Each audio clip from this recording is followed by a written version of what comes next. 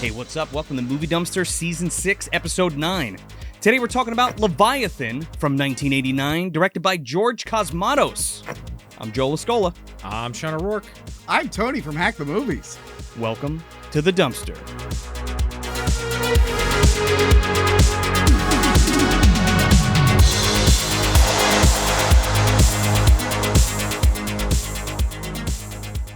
We're finally doing it. We're finally doing The it. fans have spoken. The fans have spoken. Over the past 3 years. They've been The dumpster dwellers and the hack-off. Yes, Yeah. and I just want to say, apparently Sean didn't get the memo. We're doing short hair now. Yeah, Sean. what is this? Oh. What is this? This is what happens. I shave my head, Yeah, he I steals it, and then he shaves his head, and then now it's your turn. Well, here's the big reveal. I actually did shave my head, and they took all your hair dressings that were on the floor, and, you know. Darn! It's not a bad idea. I should try that. We should try that Yeah. one because we're losing a little in the front does there. not look anywhere near that nice. No. Don't try to play that. He's- Give yourself you know, more credit. Give yourself more credit. He's got those luscious locks, I man. learned from the best, from the winter Mine's stepfather all- himself. Mine's all frizzy and shit. He, he used that cum mustache in Whoa. 2. He basically did nothing in 3. That's why I look exactly the same as the last episode, minus I think the beard trimmings. I forgot about the cum. Yeah. In 2, Cumdar, he Yeah, yells yeah. down to him the whole thing. Oh yeah, Terry. I always forget Cumdar's the thing. Yeah, know, welcome back, Tone. Welcome back to the show. Welcome back. I'm glad we're doing Leviathan because back in the day we were going to do a review of this or Species, and we ended up settling on Master of the Sky. Oh, God.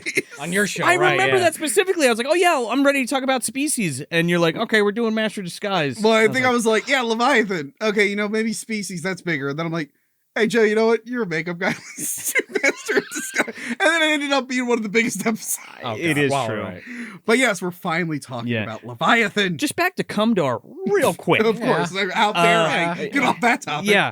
So Sean and I were immortalized Oh, in yeah. Screaming Soup's new episode for Wolf Cop 1 and 2. Go check it out right now over on Screaming Soup on their YouTube channel. There's also There's a couple cameos. There's a couple cameos. We have Corpse Fucker and Cumdar in a fucking deathmatch ring fighting each other. Corpse Fucker's got this giant dick drill that shoots out, and Cumdar's got a fucking dick sword, and he shoots cum all over us. Yeah, which I was not And then Mummy expecting. Cop's behind us. Okay, I'm gonna say that. So I haven't watched this video yet, but I was literally scrolling and I'm looking at the picture. I'm like, oh, that's a cool cartoon of them, and I'm like, oh, that kind of looks like Mummy. I'm like, motherfucker, is that Mummy Cop? Oh, yeah. I didn't sign off on. It's fine. Oh. Okay, I don't care. There's a little homage for you there, but it was cool because we got to do the voices of Cumdar and Yep. Corpse Fucker, so that was Yep. fun. Joe was Cumdar. I was Yeah. I would have voiced Mummy Cop for it if I knew. He get you on the next one. You got a cameo, so you're in the universe I would have somewhere. come out of retirement again. Yeah. I came out of retirement for Daisy Durkins and the Dinosaur Apocalypse. Ah, okay. I So would've- why not? Right? As long as I don't have to physically wear the suit anymore because it's falling apart. Well, it's drawn. I think you're covered. Mr. Soup, as I'll refer to you as, maybe one day we will take these drawings of these characters and immortalize them on some kind of graphic T-shirt. Yes, I think please. Let's do a team up. These Thunder, what is that? Thunderdome, if you Thunderdome. will. Listen, you better make a legally distinct Mummy Cop or I'll take you sons wow. of bitches to court. This one He's will not have going to be on the T-shirt, This one will have a cowboy hat instead Yeah. of a fedora. Darn. of course. But I'm saying Nice like cowboy Mummy Cop. the Wait, Thunder. quick, I got to do the Mummy Cop cowboy episode. Yes, the We did Thunder. a 70s episode once. Oh, there you go. The Thunderdome-esque interpretations of them, Yes. I guess is what I'm trying to say here. I just thought that was hilarious. No, that artwork was really good. So thank you so much to Screaming Soup and Dead West. We really appreciate you having us on. And we will be covering, I don't know when, but soon, they did a retrospective on the Killer Tomatoes series, yeah. Ooh. which is really awesome. You can actually watch it right now, but we're going to be talking about it, and maybe we'll interview Dead West and do some stuff and talk a little bit about that. So that'll be a fun thing to do. You know, I when like that. When I think about regrets in my life, I often regret not knowing more about the Killer Tomatoes series. So this is really going to change my life for the better. You should. Because Return of the Killer Tomatoes is one of the funny, not as funny as Problem Child 2, but it's one of the funniest comedy sequels of all time. Problem Child 2 is so good. Yeah. It sure is. Definitely go check it out right now. Problem Child 2. Exactly what I was going to say. Took the words out of my mouth, Joe. There you go. The Problem Child 2 was free on YouTube once, Oh, yeah. and I fell asleep with the TV on. and I woke up at like 4 a.m. to "This Could Happen to You," that song during that montage. That's the first one. Oh, that's the first one. Okay, sorry, it's the first one. And I remember waking up just being like, "What the fuck?" And I'm like, "Oh, it's Problem Child." Like I knew It's right my- away what it was. It's my Like, I party. haven't watched this movie since I was 6. How the fuck did I do that? You're having flashbacks is what happens. Yeah, Charlie. A fist. Look, oh, giraffe. Yeah. If you want more Movie Dumpster content, you can head over to patreon.com/movie dumpster. You can get an ad-free version of the show, and you can support the show for as little as $2 a month. It's totally worth it. It's I'm a changed man after signing up for the Movie Dumpster Patreon. Tony and I, or us, we have a thing where we pay each other $5, so it cancels Yeah. each other out. Well, Yeah, it does kind of cancel each other out. We're like paying each other to support Really? ourselves. We're actually losing money because Patreon takes a cut of it. So. the tax. How could I forget? and technically, I think I'm giving Tony $10 or $5, and you're giving him $5, so you're getting $10, and you're only giving us $5. So That means we're you owe us actually- another $5. Okay, I'm gonna call You better- everyone on the show. Everyone subscribe. Well, there you go. Or you could just sign up for the $10 tier. And you know what you get for a $10 tier? A t-shirt, a Movie Dumpster pin. You get access to those commentary tracks and live watch-alongs. Yes, Pretty sweet. And if you're watching the show here on YouTube, like the video and share it with your friends. And if you're listening on your favorite podcast app, leave us that 5-star review. It really helps us get out of the bottom of the dumpster into more eardrums, eyeballs, and everything in between. And also remember, if you ever want updates on the show, please follow us on all of our social media platforms at Movie Dumpster on Facebook, Instagram, and Twitter, and you can get caught up on what's cooking with the Dumpster Boys. But, yeah, let's talk about some Leviathan. If you do us the honors, as you always do, I want to quiz you on this. Okay. You don't get to do it this time. Oh No. Oh, No. you darn! ripped that right out of You see in that? one of them. No, you don't get I to didn't read the memorize box. it. Oh shit. Ah, Oh. okay. All right, let's see. Plot crunch, just to Off clarify. memorize. Yeah, the plot crunch. And Okay. Begin. Okay. Have you seen Alien? Have you seen The Thing? Have you seen the end of Jaws? Have you seen The Abyss? I think this actually came out before The Abyss, Oh, shit. so they might have a pass there. have you Uh, seen Endless Descent? What? No one's seen that show. That's a good one. If you've seen any of those movies and want to see a different okay version of it, watch Leviathan. It's about a bunch of everyday people working on a mining thing underwater, and a shape-shifting monster has infiltrated them, and it's taken them over one by one. Have we seen it before? To quote Joe Bob, sure we have. But have we seen it with the guy from Home Alone? No, we haven't. So Daniel Leviathan- Stern. Yeah. Did I do that right? I think you it's- did it. yeah, I think you did yeah. it just fine. I will say. Okay, so I remember seeing this movie and I thought I really liked it. It's been a long time since I've seen it. By the way, this has been streaming free on Tubi and Amazon Prime. Yeah. And sure enough, when it came time to finally review it, off all the platforms. luckily, I had a tape of it. Yeah, I didn't. I spent the money, which I gladly did on Vudu. Don't get me wrong. You could have asked. I got the tape. I got the DVD, baby. I was kind of laying on the couch trying to figure out if this thing was available. It wasn't. I said, all right, here's my $4 Let's watch the bad boy. So- That's all right. Good. Put so- it towards George Cosmanos' pocket. I popped the tape in. It's this tape, the MGM UA, like very old tape. Is this like the 1989 Yeah. release? Well, Yes. 80, well, 90. Yeah. Yeah, so it was very faded. Whoever the previous owner of this tape was really liked Leviathan a lot. Had it on constant loop. I just want to say the first trailer that plays is for a movie called Stanley and Iris with Robert De Niro. Okay. But, like, the trailer's weird because it's like, so-and-so presents a film about a very special relationship. And it's like Robert De Niro's on a bike with this girl, and then she gets off and he's like, my name is Stanley Cox. And she's like, my name is Iris something. And then it goes Stanley and Iris. I'm like, what was special about that relationship? I'm like, that didn't get me hyped for the movie at all. Well, they couldn't call it Cox and Iris. Yeah. But then the second Cox. trailer was for Roadhouse. So I was like, Oh, in. now you're into I it. was in. You know what I realized? I feel like more movies, if they just played the trailer for Roadhouse beforehand, It would I'll make just the be in a viewing- better movie. Ghostbusters viewing 2, experience. obviously. Oh, there you go. Ghostbusters Yeah. 2. Like, even modern movies coming out. Like, I saw the new Indiana Jones. Spoiler, I did not like it. Oh, But okay. if they had played the Roadhouse trailer right before, You would have I would enjoyed have it. been like, all right, yeah. You know how Sony makes all that money back on Morbius? They put it out again with that Roadhouse With trailer. Roadhouse in front of it. trailer. Yeah. Literally, a movie came out and they said, hey, this is the newest Marvel piece of shit, blah, blah, blah.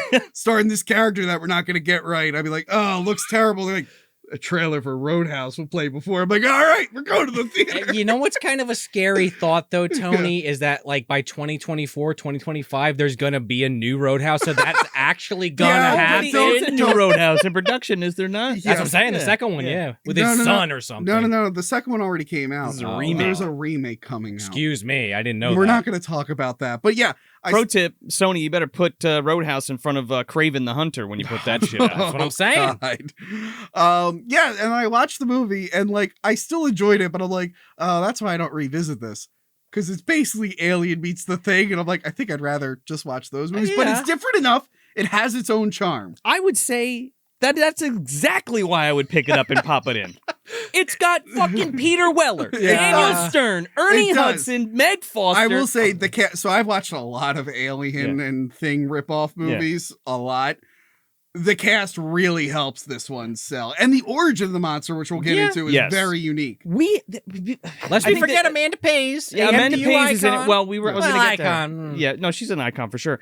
There's an MDU tie-up to that, baby, so it's coming. Don't There's worry. a lot of MDU tie-ups. Yes. With Peter Weller especially. Yes, Peter Weller especially. This fucking movie is star-studded. I'm talking from cast to special effects to music to writing. The whole thing is A+++ people. True. I read Stan Winston Studios loved working on it because like George, the director, was like real receptive to their ideas, and you could tell they had a lot of fun. They're like, we got to go to Rome. Wow. We got to go to Rome for like a few months, and then they apparently they all learned scuba diving while working on this movie. Well, it's produced by the De Laurentiis brothers. Oh yeah. The second I saw those names, I was like, oh no, not again. De Laurentiis has put out some good stuff. Oh yeah, sure.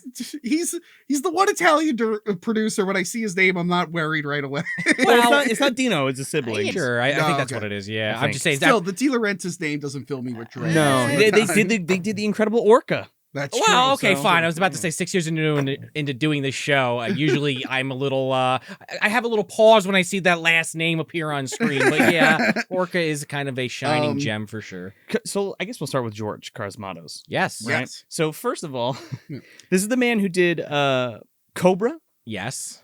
Rambo: First Blood Part 2, and an MDU classic. Oh, Tombstone, obviously. Tombstone is part of Tombstone. Tombstone had several directors. Yeah. He's credited. That's why I was kind of like, it's Kurt Russell. Yeah. There's a lot of going on behind the scenes of that. Yeah. But anyway, excellent flick. What was the other film? What was that other one? Of unknown origin. The origin of the meme of it's kind of a big rat. Kind of a big rat. Yeah, it's the giant rat. It's a giant rat. Go back and watch that episode of just us yelling at Joe for an hour and a half, being like, "You really oversold this movie on us." Size of a Yorkie, I'll stick by that. Yeah. There he is right up there, Jeff. Yeah, Jeff, yeah, I believe true. Ryan Powell gave us that. He did?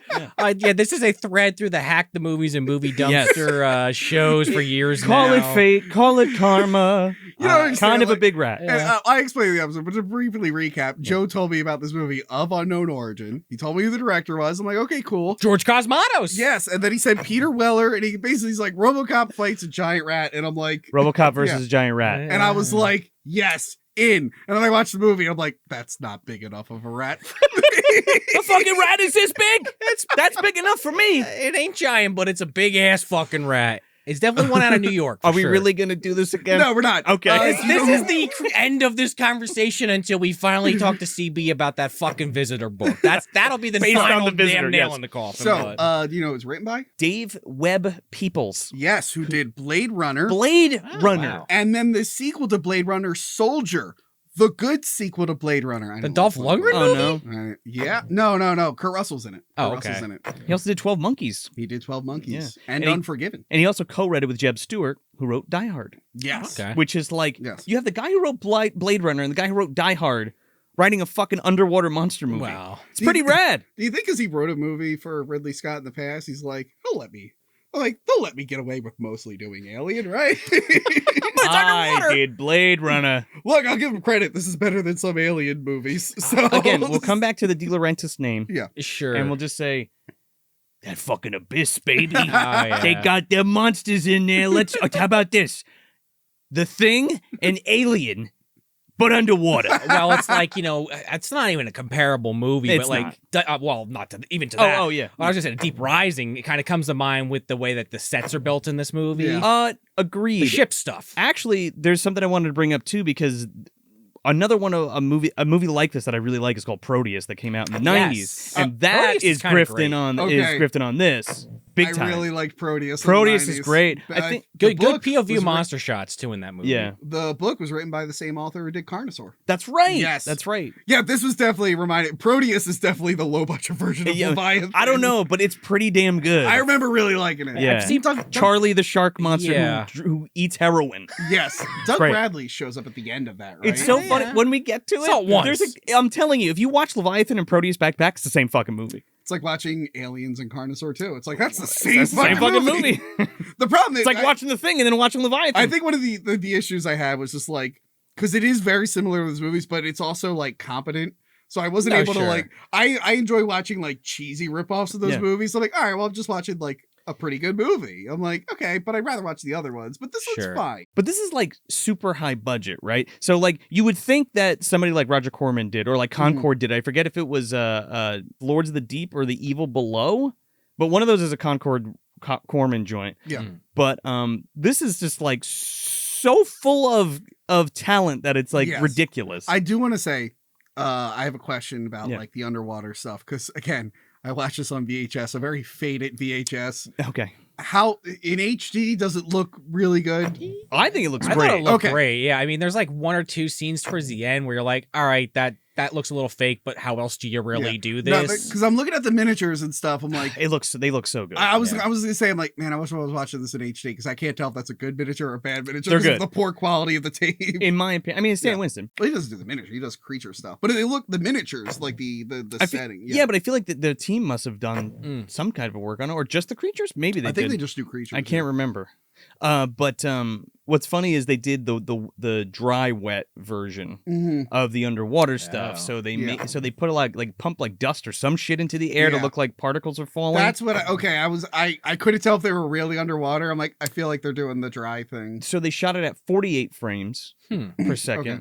and then slowed it down to make it look like they were moving through water. Really? And then they put these cool things in the bottom of the feet. No, Stan Winston did the suits, so Okay. maybe they did the miniatures too, but Okay. he designed the suits, or he made the suits. Some other guy designed them, Mm. but they had these things in the feet, so when it walked, it would push out dust on the bottom. Oh, that's which is cool. really cool. Huh. That's cool. Yeah. Yeah, I know they like. There's like old like movies with like submarines and stuff Yeah. where they like just put a bunch of smoke in the air. Oh yeah, they did it for with, like blue Gamera and lighting. stuff. Yeah, yeah. yeah. Okay, so I'm glad that they look good because, like I said, on my TV, my giant 4K Yeah. TV with VHS quality, I'm like, man, this either looks really good or really bad. I So- hope it's good. I don't know if it's a Blu-ray or a DVD rip, but the one I watched again, the rental looked really good. You probably watched the DVD or the Blu-ray version because Shout put this out. Mm. And you know how they do like those one-off things, like they did Doctor Strange, and there's only Right. like 500 or 1,000 of them made. Yeah. This fucking Blu-ray is like $100 and something now from Shout Factory. You can Jesus. get the Spanish one for like $25, Oh, okay.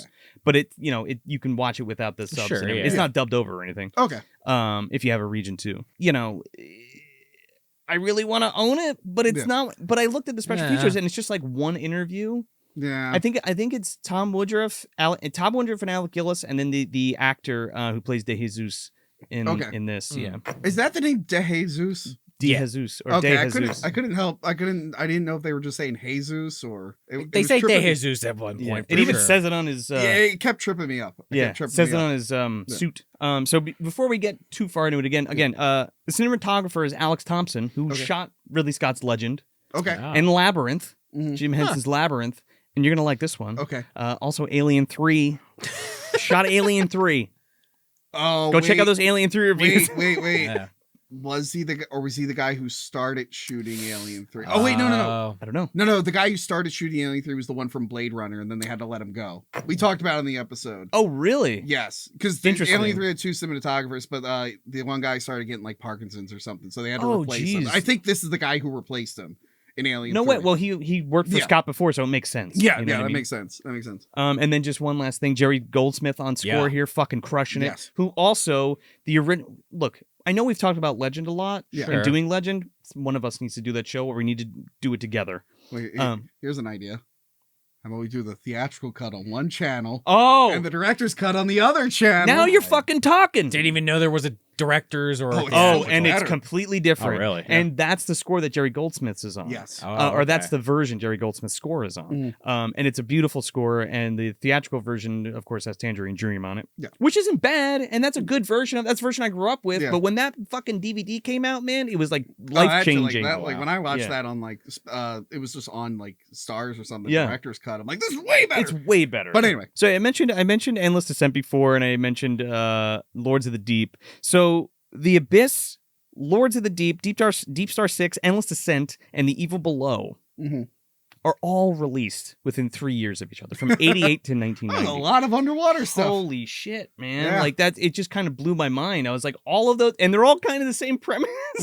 I wonder if monsters that's, in the ocean. Did the text start to get to that point where it was like actually something people were afraid of happening? No, I guess movies just tend to go through like trend. Like right now, was a we're in trend. the we're in like the corporate product trend. Have you noticed that? A little What do you bit. mean? Yeah. Tetris movie, Oh, the yeah. Blackberry movie, the The Flaming- Black- The Berry Flaming movie. Hot the Cheetos Flaming, which movie. apparently is all bullshit. Like that whole Yeah, movie's made up. I read that, but then like Yeah. I also feel like based on what I read about that I don't know if I believe the people saying that he lied either. Yeah. So Then there's the Air Jordans movie. There's a lot of that. So I feel like movies tend to like hit like a trend, and everyone is like doing the trend for a while. And Where's then the some take off? the and then- founder kicked it off, Yeah. obviously. Yeah, but And that was it'll actually a good movie. Or actually, Social Network might have been the earliest Probably, one. yeah. It's funny how there's always like an early one, and then years later, Sure. it finally becomes a trend. Where's the fucking Swatch movie?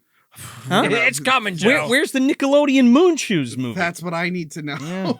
Once Kenan Thompson finally like decides to like retire from acting, he'll direct it or something. Good Burger 2? Question mark. Maybe that'll be the cash cow that makes that happen. I don't think it will be since it's going to be on Paramount Plus, but I'm interested.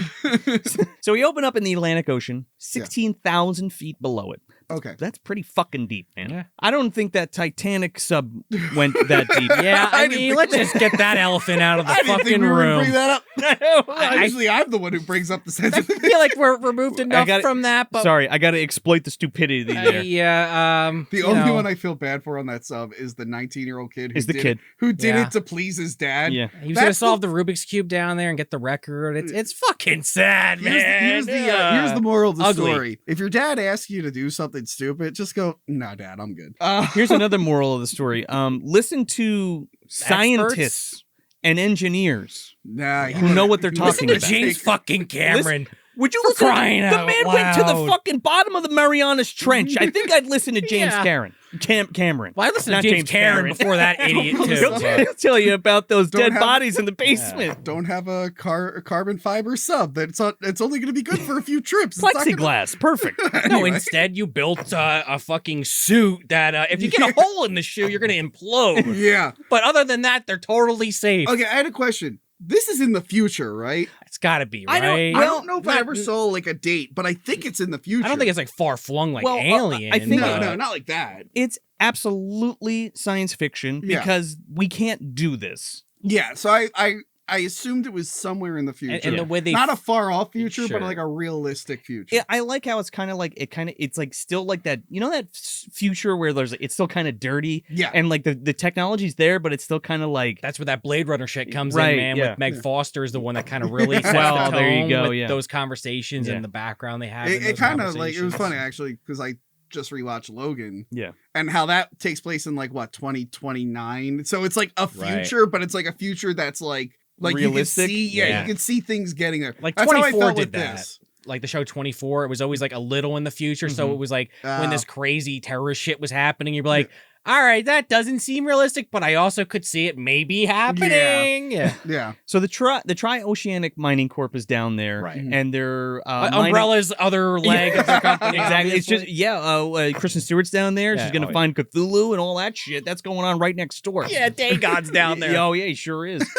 But yeah, they're there mining silver and other precious metals. It's Mhm. kind of vague what it is. Yeah. But, you know, greedy corporations being greedy, the whole fucking nine, the slimy scumbags. And it's all head by Peter Weller, who's a geologist. Yeah. Right. And he's not even supposed. It's a very I'm not supposed to be Like here Dante, today yeah. kind of thing. Yeah. Yeah. Yeah. Because the doc is just out. Yeah, what is this guy doing half the time? He's golfing. He apparently went up to the surface to golf. There's no way. He said he played 9 holes. Did he really? Oh, he's saying he's going to play 9 holes. No, that's like his thing. Oh. Unless there's like a that's right. He simulation. couldn't go to the surface. I don't know what he was doing. I think he's like the fucking butler in Home Alone 4, where he just like he disappears for a while to take a shit because that's the only time he gets like any alone time. Because I thought he said he did play golf, and he's like, next time I'll do this many holes. So maybe there was like a. Maybe they had like a. There's a simulation. Did they have like a holodeck? Yeah, that they just might. didn't have the money exactly. to show? Yeah, for a minute I'm like, oh, maybe he went to the surface. Somehow I misremembered that they were like maybe part of like an oil platform. Listen, but then when I watched it, I'm like, oh wait, no, that's not a thing. They're not tethered by anything. Yeah, I was it's thinking like a of constellation Face Off, down which there, was had an underground thing. Yes. like I can see where you're coming from on that, but they make a point to say that we're down here in a 90-day circulation, and after 90 days we switch with the next crew. Right. Which So he's just not there. You think you want to be there for that? Yeah. Richard Crenna, by the way, as the doc. Right. He's great. Everybody's so good in this. Nobody's bad in this. I always forget Daniel Stern is in this. Daniel Stern. He is Marvin it up like a mother. Dude. And you would know. Yeah. Go watch the Die Hard. It's a Christmas that movie. That was the standout performance of that Thank you. And then we did the Home Alone 2 review. Yes. We won the costumes. We 2 birds, 1 stone. I'm fucking convinced this is a prequel to Bushwhack. This is what happened in between Chud and Home Alone. Yes. So no, this is after Home Alone. Okay. Pre-Bushwhacked. I forget how we set that up. Shit. It's a wacky timeline. It's always Chud first. So if it takes place between Chud and Home Alone. That's what I'm thinking. Which is Bushwhack, so it's in there somewhere. Exactly. So it's after Home Alone. So he really liked the Wet Bandits thing. He's like, I really need to learn more about water. Well, that's my thing. I think he got that idea from being down there, and then came up with the Wet Bandits. Remember that time I was on that mining corp facility? Remember when I fucking mutated? It's been many years since we did the Bushwhacked episode. I'm sure we do go into it in that or an episode since then, but I feel like that's the through line. And then there's Home Alone, Home Alone 2, then Bushwhacked happens, and then somewhere after that or in the mix there is Home Alone 4, I guess, where Harry comes out of him or some shit. That's not canon. It's not in the That's canon. alternate universe. Yeah. But in this, he's definitely giving off those heavy Marv vibes. Dude, I guess Daniel was on a kick around this time. Wait, I thought he was dating the girl and being all grabby with her. Oh, I'm like, Amanda that must be his Pays. girlfriend. It turns out it's not. I'm like, he's a problem. He is a sexual predator on this ship. It's like, I've been down here 87 days. I need to get my dick wet ASAP. Would you look at those Hooters? You said Amanda Pace. That's the girl from the Flash show, right? The 90s Flash show. Yes, but she's also from The Kindred. The Kindred. Oh, that's what it was. Right. So, and she's also a fucking fish person in that movie. Right. Wow. So I'm convinced what happened. The events of the end of this film, she hooks up with Rod Steiger, and she still has a little bit of that Leviathan DNA, man. Wow, she right. becomes She a fucking pockets it. fish. Yeah, Makes sense. It adds up. Weirdly enough, it's totally an easy connects. through line on that. This one. is an easy MDU linker. I wonder what she was thinking when she saw little Anthony there. Was she thinking of the Leviathan again? She's like, she was having tentacle flashbacks, right? It's like, man, Al Pacino's son. He looks like that Leviathan TM I ran into, that Miracle Baby. It's my son, Anthony. Oh man, I should have fucked his arm up. Oh well. I was confused. How did we see Daniel Stern pick up like a crab thing? He picks up a crab thing. Yeah, It's basically a face hugger. Yeah. I want to get this out of the way. Ernie Hudson's also down there bopping around. He elevates this movie so much, by the way. Like, I feel like if he's not in this It's movie, a shame like, he was in sucks. like. He's always really good. Yeah. But he's usually in movies that people didn't see. Like Congo, I thought he was great in Congo. He's great in Congo. Not but a good there's movie. other, yeah. He was great in it. Fucking Shark Attack with Casper Van Dien. I think he's the bad guy in that one. That's actually a decent movie. Which I think I reviewed on Patreon. Yeah. Yeah, he's good in that. He's good in like everything, but no one was seeing it. I'm like, that's why he stopped being in big things. No one was seeing his good performances. I know De Laurentiis was like, all right, we need a Yaphet Kotto, baby. So we stick Ernie Hudson in there. But he fucking pulls it off. And I'm convinced that they gave him a semblance of a script, but Ernie Hudson is ad-libbing this movie. Gotta be right. It's fucking hilarious. He has some of the best one-liners. I wrote some of his lines down. Yeah. I'm just like, I don't think David Peoples wrote that line. Him and Peter Weller have the fucking best dialogue. They make the movie. The two of them together. They're solid. They're solid.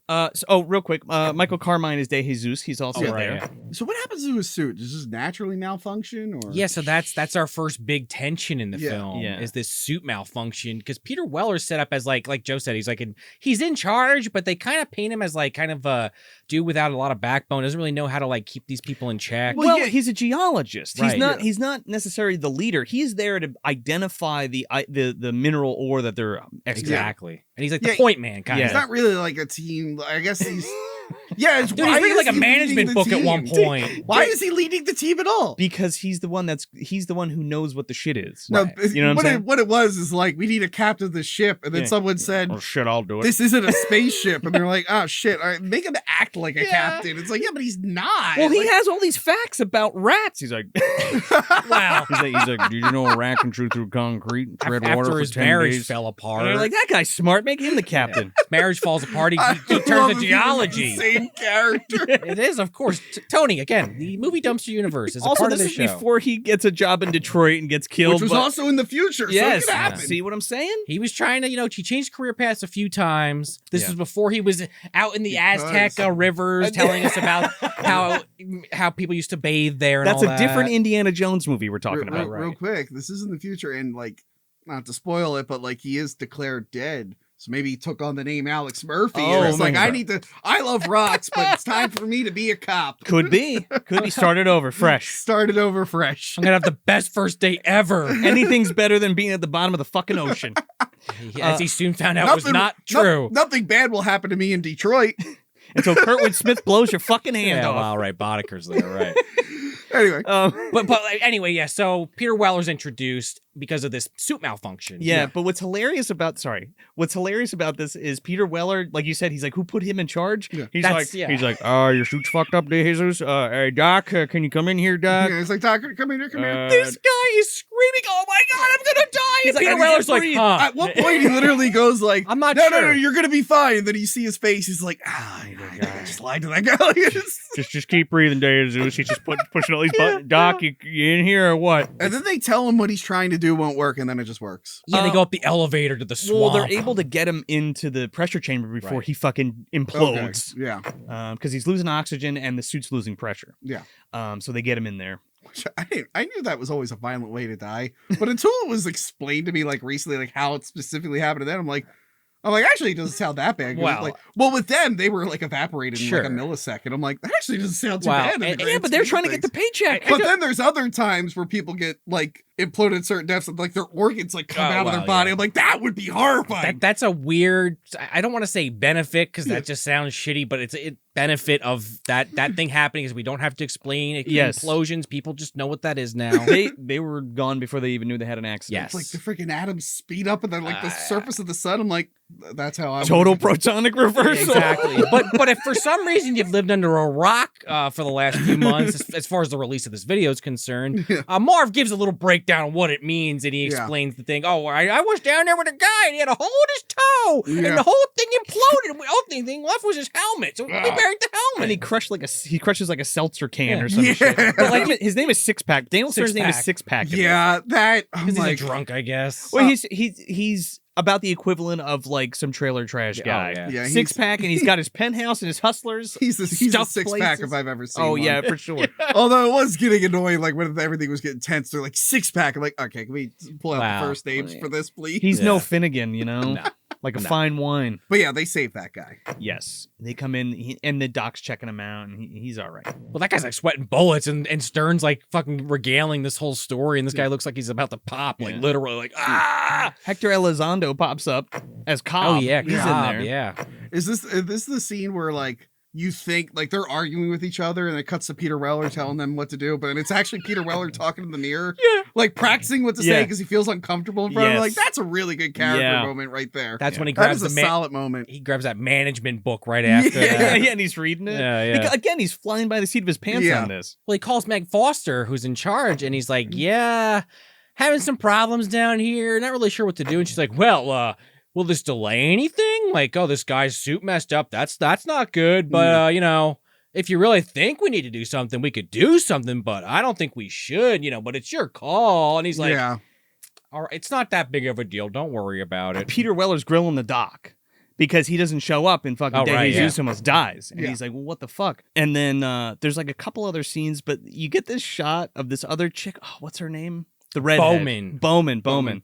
she's like cleaning something, and Daniel Stern's like looking at her tits. She's like, "What a pair!" That's right. Yeah. And again, so I thought he was Sexually assaulting these women. I thought he was dating Amanda Yeah. Pays, and that's when I was like, "Oh no!" Well, he's like touching her hair at one point. She's like, Yeah, but I wanted to set that up because like he keeps fucking with the girls. He Yeah. puts that sea spider in Amanda Pays' suit that she's trying to fix because she's trying to fix De Jesus' suit. Yeah. And this fucking facehugger jumps up at her and scares the shit out of her. She like stabs it in the head. Yeah. yeah. So when after he's arguing and making fun of De Jesus for almost dying, by the way, Yeah. he's like, "Yeah, I gotta go back to my bunk. You know, if anyone wants to join me," and he pulls the penthouse from out under the chair. Yeah. And he's got the fucking like poster on the wall, the woman in the bikini, and he's like, "Yeah, lady." He says some like one-liner. And then he does what we all do when we're jerking off in bed. We reach into the back of our pillow. That's for where the some lube reason. is. That's where the lube is, probably, yes. Oh no! And then he- Grabbing a tissue. He's the master of like dishing it out but not being able to take it. Oh, not at all. He's just like, why did you put this monster in my He was like about to beat her up. yeah. That's funny. Look what she did to my toe. Again, he's scared me. He's I'm insane. scared being next to Sean right now because he reminds me because he captured his essence so much in Home Alone. Oh yeah. I'm afraid he's going to be influenced by this character. This is where Marv's foot trauma came from. You better watch out, Tony, when you're sleeping. That's where it started. And then he gets a fucking nail I'm through gonna it. get in my car and there's a spider in my car. Like, oh, Sean! It's like the Diddler's pet or something. Little guy. He puts it on like a fucking Is that a leash or something. The Diddler's walking. Is that your equivalent of Lubden starfish that you're fucking dropping in your drawers there? I mean, maybe not. It's got Sean fucking 8 O'Rourke, arms, dude. But the Diddler, Yeah. he might be into that. Yeah. That was your alias. Anyway, yeah. So yeah, he flips out about this, and this is when Peter Weller's like, "All right, well, he's like, hey, De Jesus, he can't fucking go out there. He's not cleared, but we got to finish this up. So you guys are fucking going down because you won't stop arguing." Fucking Daniel Stern gets up in his face like he's gonna fight him. He's like, I gotta lick you down, Bubba. Listen up here. You're gonna fucking go do that. Well, because there's also a scene earlier when he's grilling the doc, like Joe was talking about, when Ernie Hudson's basically expecting him to kind of like chew the doc a new one. Yeah. And he kind of just like, well, code number 7 on page 12 says this. And the doc's like, yeah, okay, champ. Yeah, okay, I'll get you next time. And then Ernie Hudson's like, yeah, thanks for taking care of that, asshole. He gives him the day off, but they don't really have the day off. Not really. Question mark. It's a Yeah, wimpish day off. Yeah. Yes. But yeah, he sends them down there to drill into a wall. It's time to go again. We Yeah. blow it open. They're pulling out silver and stuff. Yeah. And then Daniel Stern just disappears off a cliff. Where's Six Pack? I don't know. I guess he fell down there, and Amanda Pays she risks her life to go try to find him. I'm expecting them to just find this guy with his helmet smashed on the ground. Like, Yeah. because he told that whole story. Yeah. I was expecting the foreshadowing. Well, right. But no. It turns out he found a sunken vessel. Leviathan. The Leviathan. TM. Yes, which By is the not the way. name of the monster. It's the name of the boat. It's the name of the boat. Sure, and yes. I go around correcting people with that all the time. It's the name of the monster. Well, right. What is this? Is that a Frankenstein a joke? Frankenstein joke? Yeah. God, yeah. I'm already like with my nieces. I had a Frankenstein shirt on. They're like Yeah. touching his face, and I was just like, "It's a Frankenstein's monster." By the way, Just so you know. I even found a book that taught you how to like what your monsters' names, and Yeah. they correctly call it Frankenstein's monster. I'm like, I'm buying that book. Or the They're not going to be monster. able to read for a few years, but I'm making sure they know that that's. So would it be Leviathan's monster or would it be Russian scientist's monster? Well, spoiler. Leviathan's Putin's problem. Is Yeah, well, yeah, right, exactly. That was the right? code name. That's this Putin's problem. Yeah.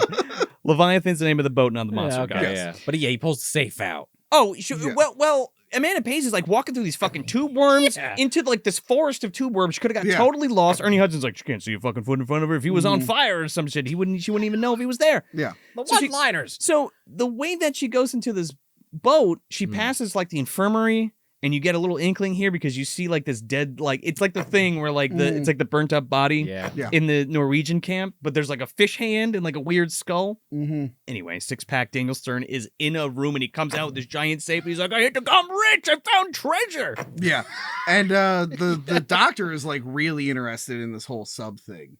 Oh, yeah. Well, this is a testament to the writing of this movie too, because like as much as you want to call it a ripoff or whatever, it's written really well, and everything is kind of sewn up, and like there's setups and payoffs throughout this whole thing. Yeah. So he's like, why is this ship sunk over here? Yeah. Oh, I can read Russian, by the way. I can read. I can read Russian, by the way. he figures out Russian, Swahili, Yeah, he names a few. Yeah, Mandarin, Spanish. He pieces together. He's like, I think this was shot down by other Russians. He's like, you see that torpedo hole? And Yeah. Peter Weller was like, that's not a torpedo hole. It was a giant rat that chewed through well, the yeah, fucking chews through concrete. I know it steel, when I see it. rust. he blows him off instantly. Like doesn't even consider. He's like, He's like, I don't know anything about that. I got work to do. why would he turn it down? Like, why would he like be like, that's clearly not a torpedo? It's like, what the fuck do you know about torpedoes? He ends up like at the end of the conversation, he's like, you know what? I don't really give a fuck. Yeah, that's what I'm saying. It's not my business. I'll That's see you true. later. He's I'm a like, geologist. I don't know anything about missiles. I know about rocks and stones, and the rest I don't give a shit about. The doc's like, okay. So to that point, they're taking all the stuff out of the safe. Yeah. There's no money or anything in it. It's all like files of the deceased crew of the Leviathan. Yeah. Right. There's a bottle of vodka. Yes. There's a flask that Daniel Stern pockets for himself, which will come into play later. Yes, because they want to drink the vodka. Yes. For Peter Weller's. And you're not allowed to drink the vodka No. because it's like being in the army, right? You can't be like intoxicated or Yeah. anything like while you're on duty. Yeah. So they Peter Weller manages to get the vodka out of it and replace it with water just to fuck with them. Well, that's a good gag because he puts it in his safe and they like pull his file and they use his social security number to open his personal safe and they're like, we got the bottle. Yeah. And they're all like ready to drink and like clink glasses and they fucking sip it and it's just water. Yeah, and then he has a scene with the girl. Yeah. And it's kind of like a romantic scene.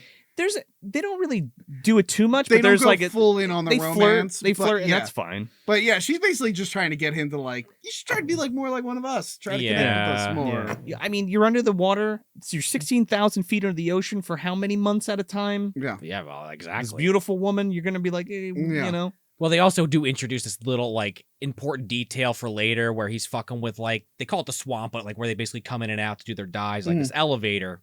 And it's like kind of like fucking up. It won't go up and down. It won't go up and down. Yeah. And he's like, yeah, I got to get this thing fixed. And she's like, why even worry about it? We're going up soon. They'll worry about that. He's like, But I read the script and we're going to need this for later. this MacGuffin definitely needs to be fixed.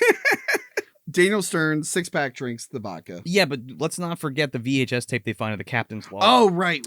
Yeah. So there's a Russian guy on the captain, Eugene Lipinski, by the way. Okay. Did you guys recognize him? No. No, but I did see he was in a lot of different things. I've seen him in a bunch of stuff, but the thing that I always remember him from is the Girl Who Cried Monster episode of Goosebumps. He plays like the monster librarian guy. Oh, yeah. Yeah. Okay. So he's on there and he's talking, and the doc is like translating everything. And basically, he says it's some kind of like tropical flu, and we're really not sure what's going on. Something's up, and they're like, "What the fuck is that?" Yeah. And that's when Peter Weller's like, "I don't really give a shit, doc."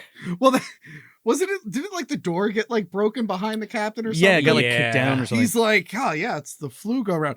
Boom! And then Peter Weller's like, oh, hell of a flu. Anyway, let's like, wait, you know, any question about the door being knocked out? yeah, Peter Weller. I don't get why he writes this off. I mean, I guess he's a little too focused on his job. It's 2 days until they're extracted, and his thing is like, I don't give a fuck. We notified everybody. Let them take care of it. True. Yeah, I will say this.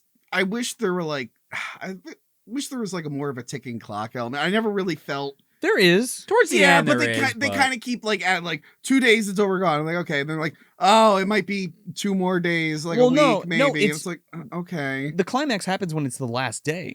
This is what happens. So 6-pack and Bowman drink out of the flask. Did you know my favorite drink's vodka? Yeah. So they take it, and then the next day is the last day they're going to be down there. They're getting picked up the next morning. Right. Yeah. They have like the little board. They cross it off. Yeah. Daniel Stern spits on it at one point. It wipes the number off and writes it. This is gross. It's disgusting. Yeah. Sanitary. So Daniel Stern goes in to see Doc because he's not feeling good. He's like, yeah, well, it looks like a fucking hangover to me. And He's like, this isn't a hangover. he's like, no, dude, no way. He Yeah, like, until lifts up- they take his shirt off. Dude, they lift up his shirt and he's got like these gross, like scaly shits all Yeah. over his back. Yeah, if I was the doctor, I'd be like, oh, buddy, I'd be like, get in that pod right now. quarantine. You're gone. Yeah. Oh, put him in the air bubble and just fucking launch him to the Oh, surface. yeah, See blast ya. off. They do some experiments on his stuff. They like cut a. He's That he part like- is so gross. Dude, he's looking like fucking Yeah. something out of from Innsmouth, man. He's got a little know, like gill with a on his fly. neck, and they But- cut the shit off. But then the doctor's asking the computer where does it come from, and it says of unknown origin. Which is actually a deliberate nod that they put in. Yeah, I was gonna say, I'm like, that's a callback. Peter Weller's like, huh, looks familiar. That's not a Marv. That's somebody. That's something trying to be Marv. It turns into French Stewart. Is that what actually Yes, happens exactly. here? Oh no! Oh, that's how This you is get. the split timeline. That's how you get Home Alone 4, man. Yeah, he's got the little Fucking Harry in there. Leviathan. Yeah. But yeah, they find out that it's mutating the cells. Yeah. Not in the same way that the thing works. The thing assimilates to look like the other thing, look Right. like a person and blend in. Yeah. This is just like, I'm trying to grow and by way of mutating your entire body, because Yes. the experiment that the Russians were working on, might as well get out of the way now, was a way to make people or humans like build a team of like super soldiers or super workers that can work at super low depths Like and adapt survive. their body to like the Right. crush depths of the ocean. I love Peter Weller because he's like, yeah, I guess when the planes stop working, we're going to invent people with wings, bird people. And Sure, John's like, Peter. yeah, all right. Yeah. Active imagination. Well, they're turning people into fish. Well, Yeah, then there's like a revelation later on of like how they went about that experiment, which is horrifying. Yeah. But that's pretty much the experiment there. But yeah, then the one lady, she kind of sees what happens because Six Pack dies. Straight up. Oh, yeah. And what's 8 hours. What's crazy about that is like he's examining him and then like it cuts and Doc just like pulls a blanket over Daniel Stern and just shuts the lights off and he's like, oh, he's fucking dead. Yeah. And Doc's like, oh shit. But then What the do I girl do? starts like freaking out because she's starting to mutate. Well, Bowman's sick now too. Yeah. And well, they check everybody. He checks everybody on the ship for like a skin. Cop's like, skin funk. I don't have herpes, please. My wife, she'll be very confused. My wife's not going to understand if I come back with the sea herpes. He's just like, he's like, where are you getting herpes from? Like, it's... Well, Cobb That's went, his big concern. Cobb went on like a whole rant before where he's yeah. like, yeah, I can't wait to go to the surface so I can see my wife, but then you get there and your kid's all fucked up on drugs and your wife doesn't want to have sex with that's you. right. Yeah. He had a whole thing.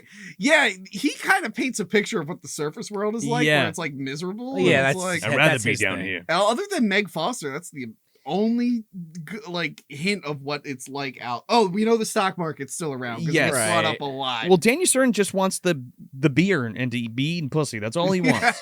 DeJesus is like talking about, I'm going to go skiing when I get out of here. I love that about that Yeah, character, Yeah, man. that's a good 'cause character He, quirk. like that's such a good thing to keep you like your mind preoccupied and like something to look forward to. He's even got a puzzle about it at one I point. love when Ernie Hudson's like, "The fuck you talking about? You're from Spanish Harlem. You ain't never been skiing."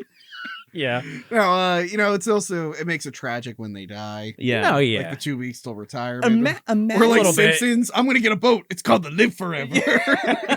Imagine building characters I and know. you caring about them. I mean, I will say something about that because I feel like I have to now that you mention it. We do take like 45 minutes to kind of get into it. Yeah, it's a little slow. So Although, I think it's actually- worth it, but Yeah. I could have trimmed 5 minutes off of that, but not a I mean, lot. Alien is slow in the beginning, No, but sure. it didn't bother me. I actually was enjoying the characters so much that I didn't really feel. And I'm 100% Like- with you, man. When something's written well and there's all that character set up in exposition, like I'm with that. That's what And- makes you care about the and- end of the and- movie. Unlike Alien, the thing when the monster stuff happens, unlike those two movies, like okay, it's just straight up Oh, yeah. monster stuff. Yeah, wow. From now to the Yeah. end of the runtime, there's gonna be a monster every 5 minutes. You're gonna see a monster. We have no shortage of sea monsters in this. Yeah. Whereas Alien in the thing, and took a break to build Yeah. tension. They're like, nope. What's the next monster? scene? We're running to the end, baby, because Cosmatos was like, go ahead. Yeah. He literally was like, Stan Winston, just make some shit. Yeah, Do wow. it. Go ahead, Stan, do it. And he's like, okay, we're gonna shoot the fucking monster here. We're gonna do this. But that's cool. I'm with it. Yeah. See, Well- they put the bodies together. Well, Well, Bowman kills herself. Yeah.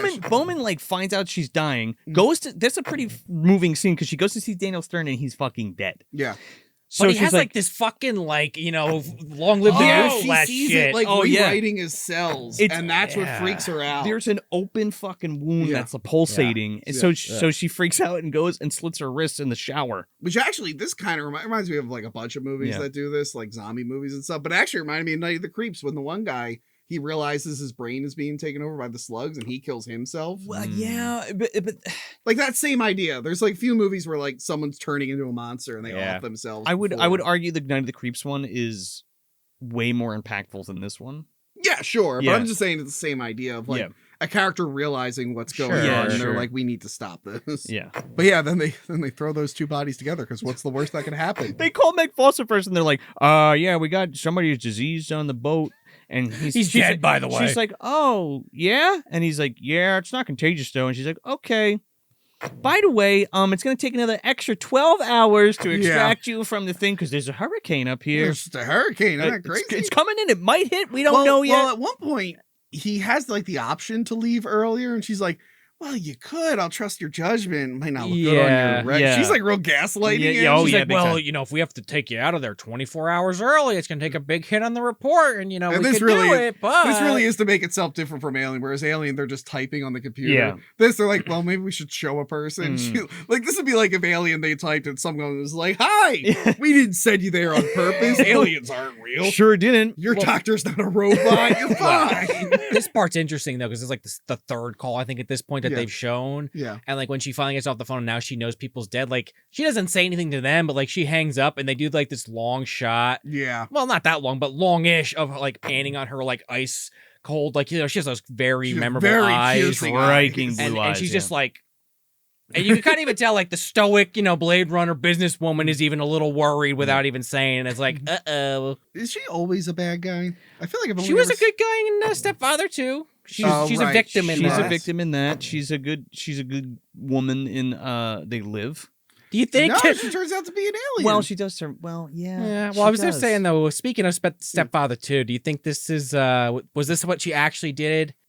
For money, it wasn't a realtor. Or was this what she did after Stepfather 2? She became cold-hearted after that experience. Yes, you're right. You're right. Peter Weller punches her in the fucking mouth, and then she becomes a realtor. Okay. Other way around. Okay. We might find out if she's a good guy in a film we're going to talk about eventually. We did that stream where we looked at movie posters from video stores in the 90s. And we found one for a movie called Space Marine. Oh, we got it right up there. And it's like Meg Foster's face and like two other guys. So she, instead of being under the ocean, she goes to space. And then we found another one for Chuck Norris's brother. Yes. And I'm like, we got to talk about both of these. She's definitely an actress when you look at like her wiki. She doesn't have a ton of stuff, but then you look at IMDb and there's just like the fucking list never ends. Yeah. She was a big crush of mine in Masters of the Universe. She sure was. Evil Lynn. Oof.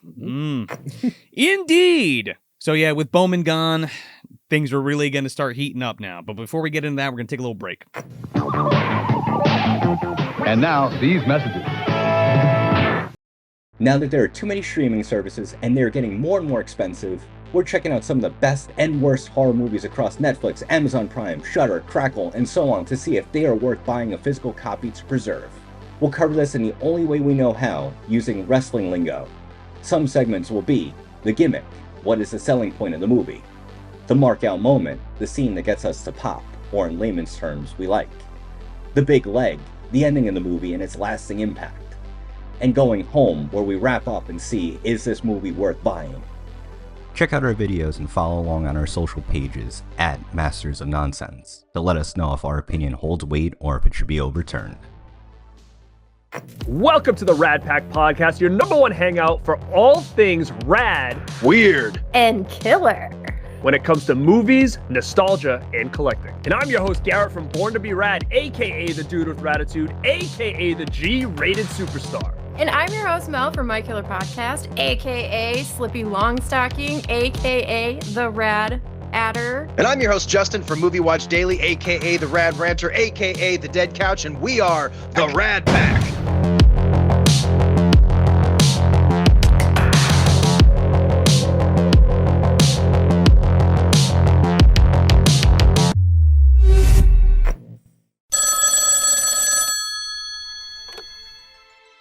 Hello? Hey, what's up, and welcome back to our Movie Dumpster Hotline segment where we take calls from you guys, and we also take emails and possibly even snail mails. So, what do you say? Let's get into these.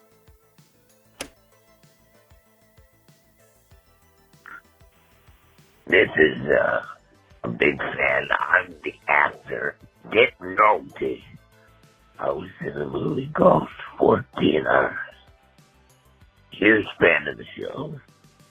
Favorite was the garbage pail. Okay, this episode, it was fantastic. Huge fan. Came and gone.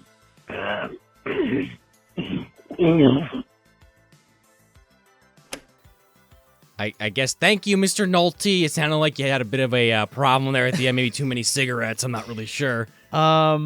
Have we made it yet? Nick Nolte listens to the show, folks. I mean, if Daniel Baldwin calls, then we've made it. Nick Nolte, I mean, yeah. I mean, you think, yeah, maybe. Well, you know, he's had a hard fall after that famous mugshot. You know, went out. But that's okay. I mean, if he's a dumpster, it's cool with me if he's a dumpster. Yeah, no, absolutely. I'll take him. Thank you for calling Nick Nolte, and we famous actor Nick Nolte. We really appreciate famous, it.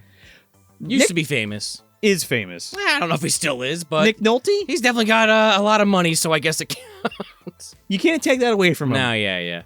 But yeah, let's take another one. Yeah, let's do it. Hey there, movie dumpster guys. It's me, James. I want to let you know that I really like your show. It's actually kind of funny with the whole leprechaun milkshake thing. Oh God. I showed some of my friends and they just laughed out loud. I mean, oh God. And the whole Marvel and the whole, movie dumpster universe. Some parts make me laugh. I just want to say you guys are awesome, and I liked it that you guys are horror movie fans like me, you know? Honest to God, I really connect with you guys with some of these movies, you know? I still remember the one time at my grandma's Christmas, we watched Jack Frost as a family. No, before I even watched Movie Dumpster. This is back then when you can watch horror movies on TV like Jack Frost. And we also watched Jack Frost 2 and Revenge of the Killer Snowman. But anyway, I'd like to say thank you guys. You guys are the great. And geez, I can't think of anything else. But seriously, hope you do more movies that, you know, maybe I like too. Who knows? All right, see ya. Bye-bye. Well, thank you very much, James. Thanks, James. We'll definitely try to do some more stuff you like. Yes. Well, you know, whatever it may be, we don't know. We've been trying. I mean, we've kind of course corrected after the first season when we were like, sure. Oh, we're not just going to do movies that suck. Wow. And not necessarily movies that suck, but we definitely were more leaning in the direction the first. I would even say maybe the first 2 seasons. It was probably about a third of what we covered for sure, but we definitely moved away from that. Well, we didn't. The problem was it was getting into the weeds of like it's. How many different ways can you say this sucks? Well, this is bad. Well, no, not even that. What I was gonna say was sure, yeah. I didn't want to take a movie that I like Rawhead Rex, and give like a false connotation to it. Yeah. Where it's like, oh, we're picking this movie and we're gonna shit all over it, and that's kind of like the thing. No, yeah. And that quickly was like, no, that's not the intention. And when you see a name like Movie Dumpster, which I've said before, you think that that's what the show is.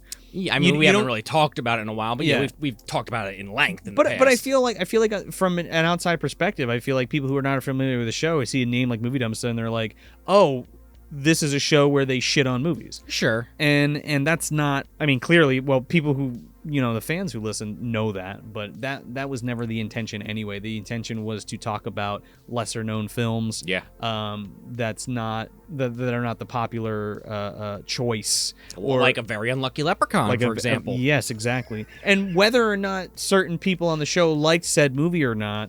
Well, right. It was never about putting it on to shit all over it. No, ever. Yeah.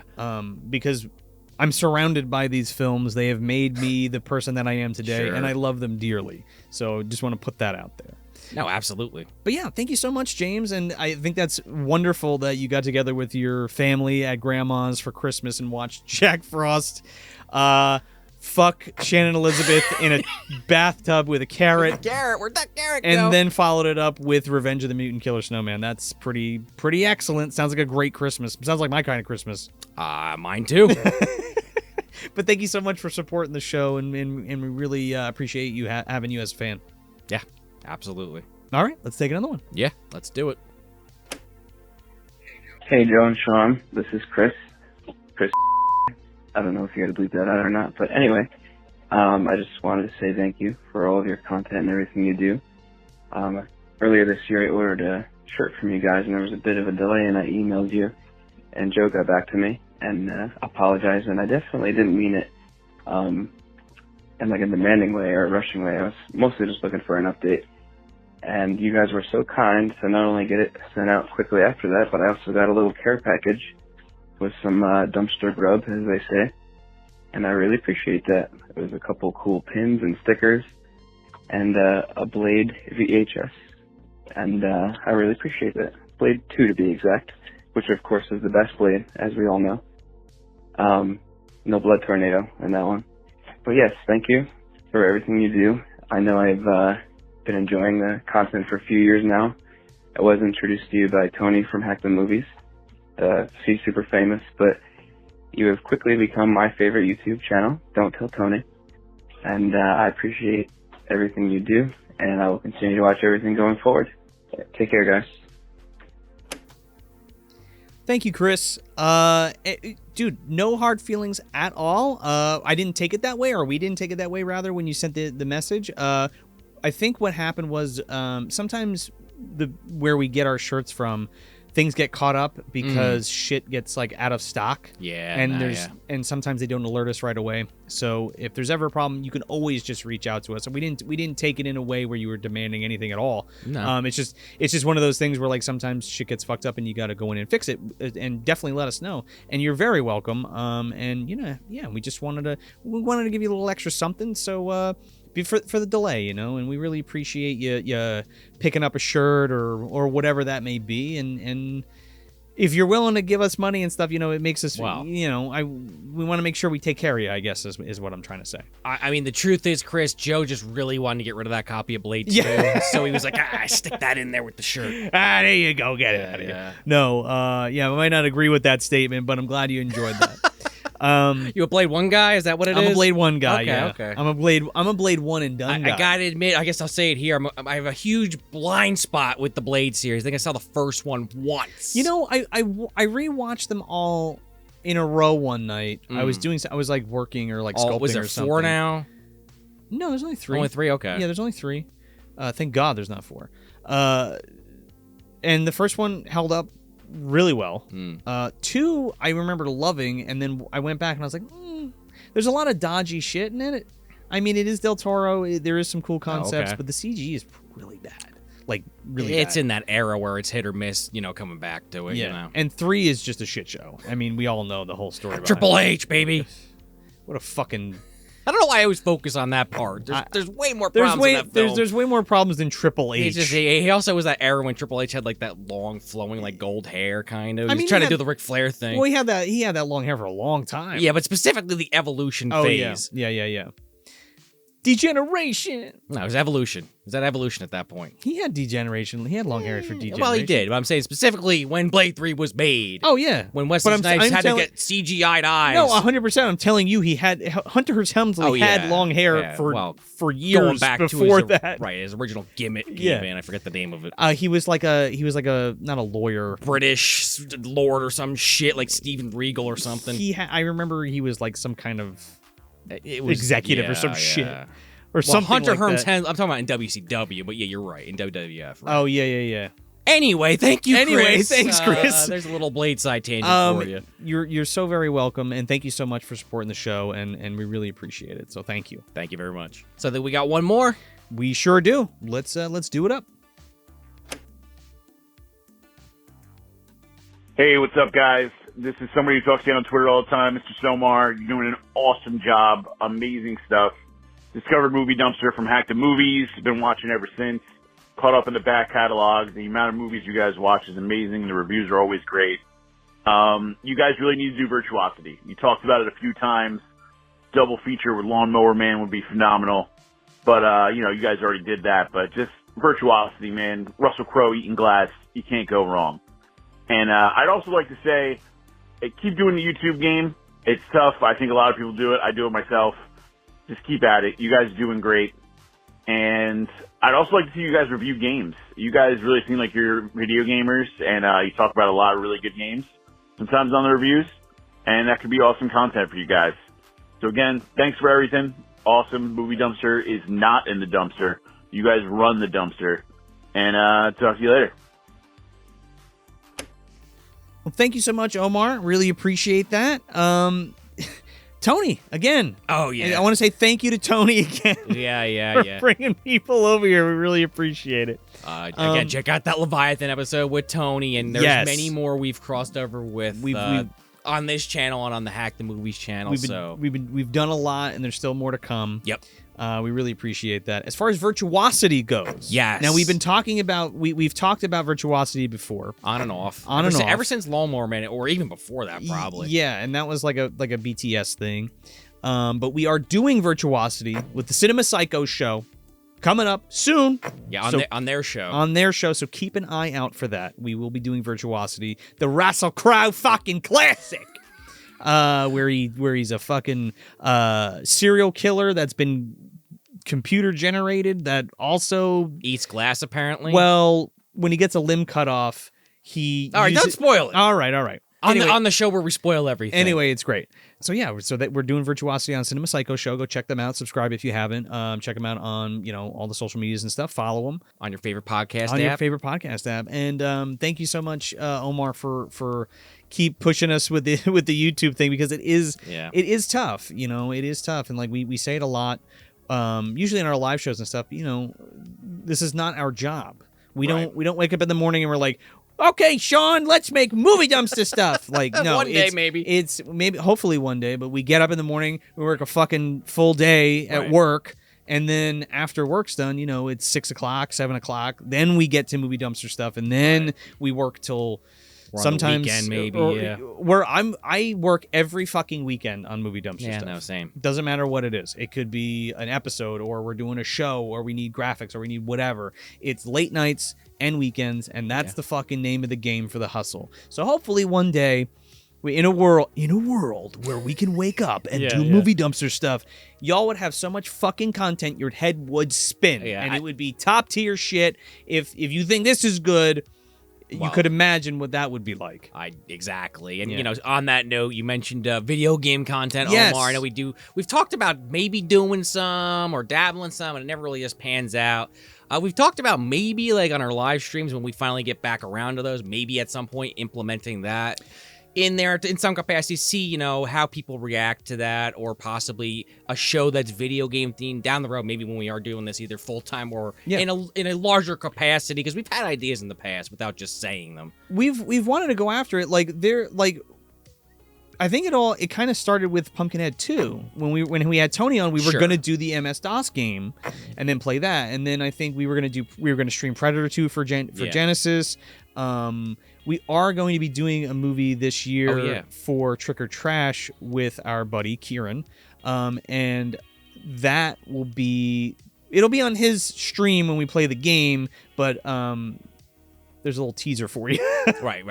But we do want to do that, and whether it's Sean and I, or me and my wife have even talked about doing some Nintendo 64 stuff that she wants to do and stream just for shits. If y'all want to hang out for that, we gotta get Movie Dumpster Family Game Night going. Well, that's more so something that would be higher on the list for me personally, too. Yeah. Listen, I love video games. I've talked about it on the live show for the most part. But, we meant Resident Evil's one that always comes up. Yeah. Mortal Kombat comes to mind. We had a whole concept for a show, too, that was video game based. Exactly. Before Movie Dumpster. Which I still kind of want to do, so I don't want to say it, just in case somebody steals the idea. I mean, it's kind of been done before, but it's in a unique way. Yeah. But I guess the answer to that part of the question, Omar, is yes, it's something we have seriously thought about. It's just not in the cards at the moment, but definitely something we would like to do down the road. Yes. Time constraints, and tech semantics on some level. Yeah, it's really trying to iron out all those details and then line everything up. Is what it comes down to.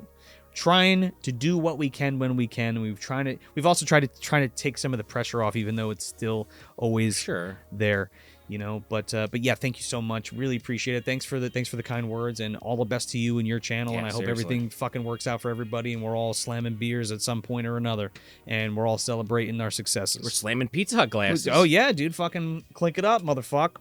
It just tastes better in a Pizza Hut cup.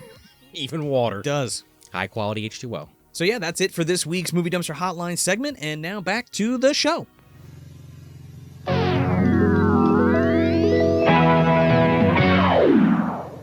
And we're back with Leviathan, TM, not the creature, it's the boat.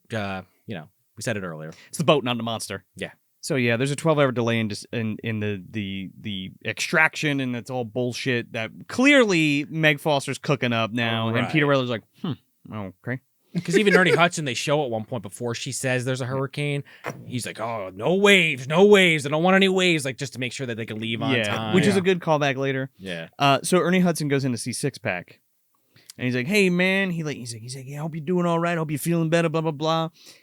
And then Six Pack's fucking leg moves. And he's like, oh shit, all right, I'll let you go back to sleep, blah, blah, blah. He doesn't know he's dead. Yeah, that's creepy. He doesn't know he's dead, and we're like, fuck, he's dead. Why is he moving? Yeah.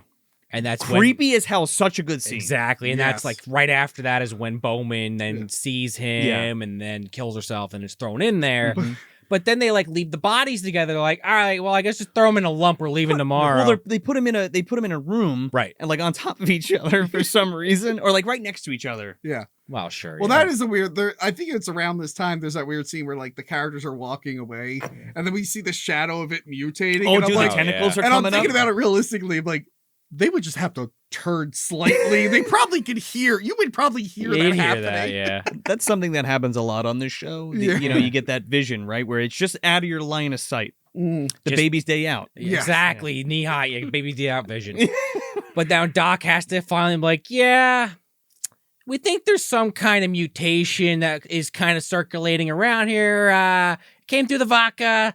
We really don't know what it is, but that's why they're dead. Yeah. But Ernie, that's the best. That happens a little bit later because they're all in there and they're like, I can't believe Bowman and Six Pack are dead. And then they hear a huge crash. And like, what the fuck was that? Right. They run into the infirmary and this fucking... both bodies are like fusing together like the Thing. It's horrifying. Yeah, they're not like alive. And that's though. actually what I wrote. Now it's the Thing. Now it's looks like the twisted faces from the first one. But the thing here is realistic. Like, the thing here is that they're dead. Like they're not talking. Their eyes aren't moving around or anything. It's their bodies that are like mutating and like forming together, which is fucking cool as hell looking. They kind of put it in a body bag and they try to hide it from the other. They zip it up and they zip it up and it's like dead. Dead. Yeah. And they're took it out. They're like, oh, we gotta jettison the body so we don't spread the contagion. Yeah, and I do like the whole time, like Ernie Hudson to someone is just like, we're not allowed to do this. There's like a whole protocol for this. Cobb is like, no, you can't do this. You can't do this. You got to do this. They're like, no, we're getting rid of the bodies. Right off the ship, we're gonna jettison We're getting rid of it. It starts moving, and they're like, what? They're still alive. He's like, no, it's just some rabid weasels. Fuck, we gotta get them off. Of course, that was my joke in the fucking thing. That's the joke, I guess, for that scene, right? And they're like, no, man, they're still alive in their day. Jesus is freaking out. He like rips the bag open. Oh, dude, Cobb gets one across the chest. Oh, like man. fucking Birkin. His fucking hand rips out and scratches Cobb. By the way, if I'm the doctor at that point, I'm throwing all those fucking I know, anyone who touched that thing, I'm like, get in there. So yeah, they trapped it on the elevator, and they sent it, I guess, into the ocean. Yeah, they fucking rocket Kane right out of the cargo hold. But his arm gets left behind. Oh, but they don't notice. Well, they slam it and it gets cut off. And it's a leg. It's a fucking foot. And again, they're not observant. They don't hear this limb just going. Well, again, it's in the water. It falls off into the water surrounding I mentioned Amanda Pays in The Kindred. She doesn't notice little Anthony's arm got cut off. She doesn't notice this one either. Oh. She's limbless blind. She's limb blind. Yeah, there you go. I have a question. So like they send that thing into the ocean. Yeah, it should still be alive. Maybe it didn't develop gills yet. That could be a theory. Yeah.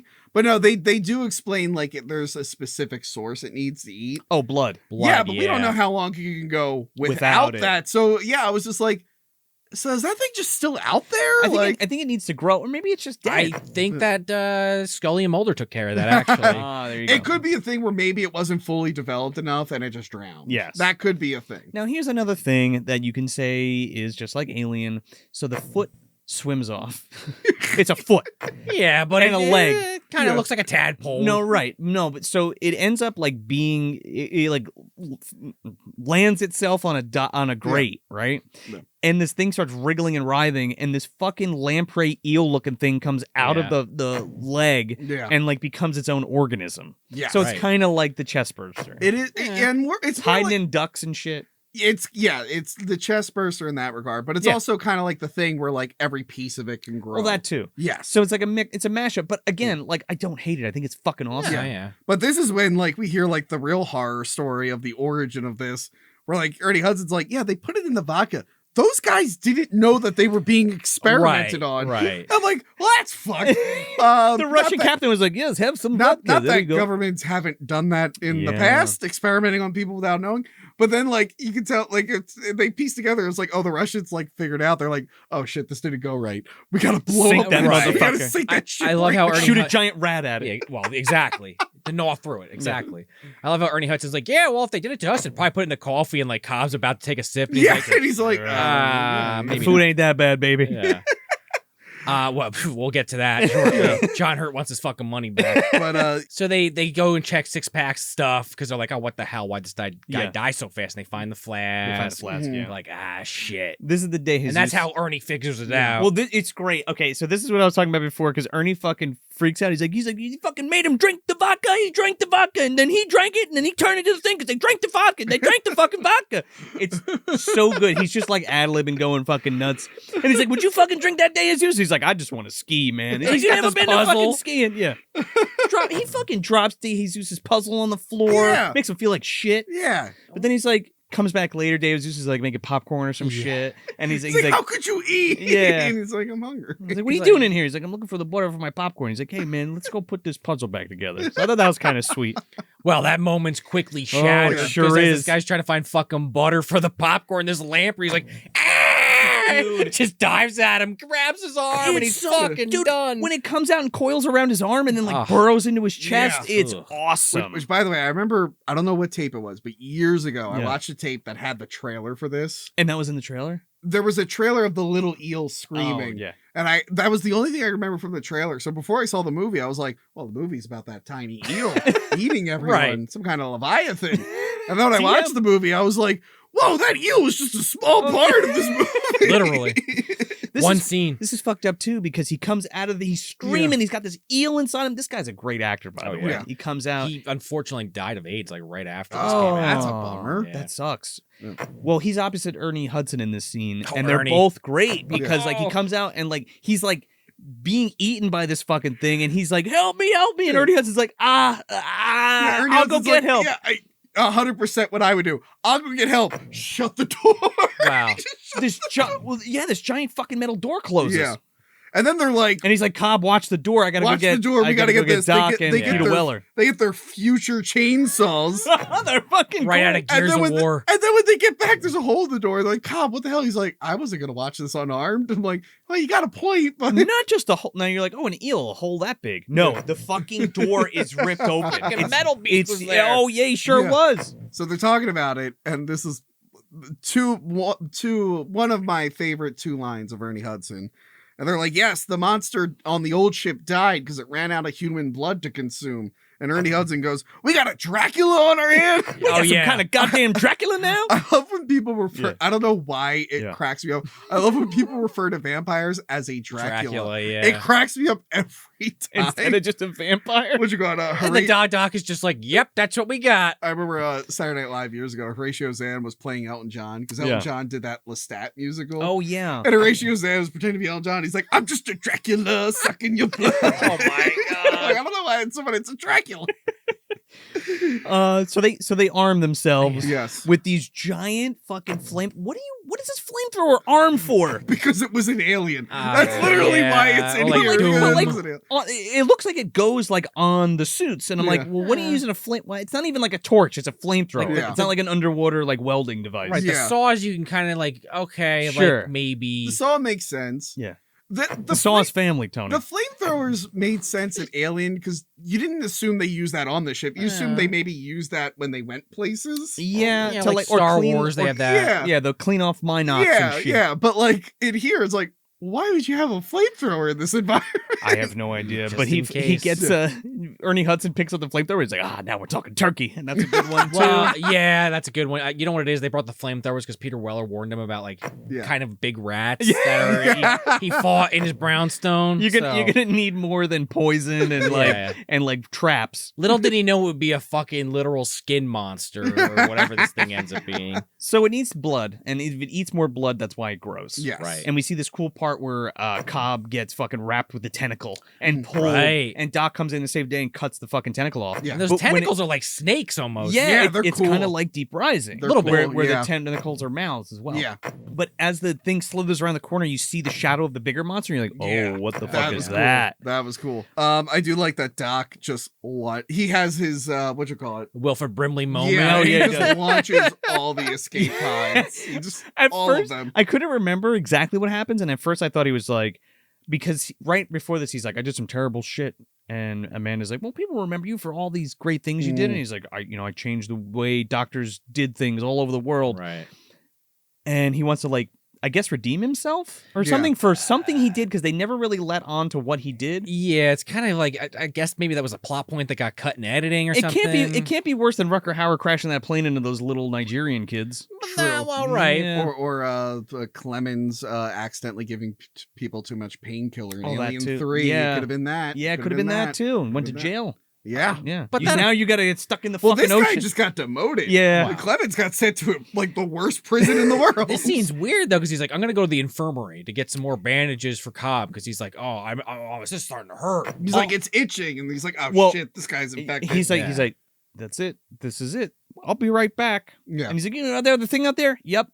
Not the thing TM, the other thing, the Leviathan. But he goes to the control room or whatever. It's a really good scene too, because it's not just like, oh, I'm gonna launch all the pods. Like, he is visibly tearing up. Yeah. At first, I'm like, oh, is he infected and evil? But then you see the emotion. I'm like, oh, he realizes this is a hard thing he has to do, and he doesn't want to do it. So before that, I thought he was gonna be like, oh, I'm gonna make the cover of fucking National Geographic or Time magazine for finding this new organism. But he's like, nah, I have to literally kill everybody on this ship. The problem is though, he knows how it's spread. So it's like, well, I wasn't scratched, or I didn't drink the vodka. I would have just gotten in one of those. I'm not a werefish. Yeah, no. He's like, it's like, okay, they were scratched. I think Ernie Hudson's fine. I think. Okay, I think the four of us are okay. Amanda Pays, Ernie Hudson, and Peter Weller. Can I talk to you for a second over here? Cobb, can you stay in there? Is it possible The Thing is actually a real movie in this universe? So he actually saw it, and he was I saw that remember movie, The Wilford Thing." Brimley? Oh my Oh, God. shit, I'm him now. That's not a fish. It's trying to be a fish. Or maybe he was worried, if there is a survivor, they'll want to go down and check. If there's no 100%. survivors, maybe they'll just leave us alone. It could literally wipe out humanity I think if it got that's enough people. Yeah, it's all implied bullshit like that. Yeah. But it's a good scene. It's a great scene Where you can totally tell every emotion he's going So he through. launches all the bubbles and he's crying and shit, and he goes back out. Yeah, and then they try to catch it. Yeah, they're laying. The thing wants blood, right? So Right. it's they go into the blood bank and all the fucking bags are drained. Have you ever seen that in a movie before? Where the blood that's being stored is being drained by a monster? I think I remember it in this movie called The Thing. I don't know what you're talking about, man. But no, I think they do it in Proteus too. I'm almost positive. But I'm it kind of works in this because we don't know the intelligence of the creature, and this is the first time we find out that it's smart. Yeah, because this isn't just like a fish monster. It knew to go to that thing. So it's not intelligent, but it retains the memories of the people that it absorbs. Yes. And even their voices, it can mimic voices and shit too. Because I think they're actually alive to some extent. That's my thing. When we get to that, we'll talk about when we get to let's that talk about point, it when we get there, my yeah. theory there, Yeah, because yeah. I think I agree with you. Yeah, but I could see either argument for sure. So Doc launches all the things and he goes back to treat Cobb. Mm. And Cobb's fucked up. And he's like, oh, my chest. And Doc's like, let me take a look at that. And then all of a sudden his fucking chest starts bubbling and shit. And he's like, oh my God, it's going to be fucking Norse creature all over again. Yeah, exactly. That's when John Hurt was like, he showed up on set and started fucking tapping his watch. Like, all right, hello, Not my again. baby. Hello, my honey. I'll have what he's having. Uh-huh. But he goes to grab Doc and he grabs Cobb's hand and it's like fucking Morbius with the mouth on it. Yeah. Yeah. Well, I was gonna say it's like Scorpion from the movie, how he had a little Oh, a pond kinda. monster. Yeah. It was the origin of that. I bet you Paul W.S. Anderson Sure. when he was playing the video game. He's like, that spear's cool, but what if it was a palm monster? Like Yeah, Labyrinth? this very new idea of having something in your palm in fiction. Yes. Yeah, obviously. Definitely didn't see The Gate. Didn't see that movie. He's never It read wasn't a I, but it single was, comic in his life. Yeah. Anything from Japan? No, Never crossed his It's desk? this movie. This movie invented the palm monster. I'm Oh, declaring okay. it here. Everyone else is wrong. Gotcha. So he gets Doc, and Doc gets all fucked up and like starts to mutate like off screen. Yeah. Which is really good. That's another one too where he's like, oh fuck, everybody's fucked, and so am I. Well, and his plan is just like, well, I guess I'll just take the ship down with me. Yeah. But not really explain myself. At this point, I'm like, yeah, I'm on his side with this one. Well- I'm on his side with this one. So, But you want to see Peter Weller and Ernie and Amanda get out of there. So they all gather together and they're talking to Meg Foster again. And Yeah. they're like, you need to fucking get us out of here now. And she's like, well, here's the thing. Turns out that storm did roll in and it's going to be another 48 hours before you get out of there. And they're like, what? Bitch? Yeah. What? Where Ernie Hudson says, bitch, we still here. Yeah. And again, bitch, we still here. Gone. I don't think I see David Peoples typing that specific line out. No.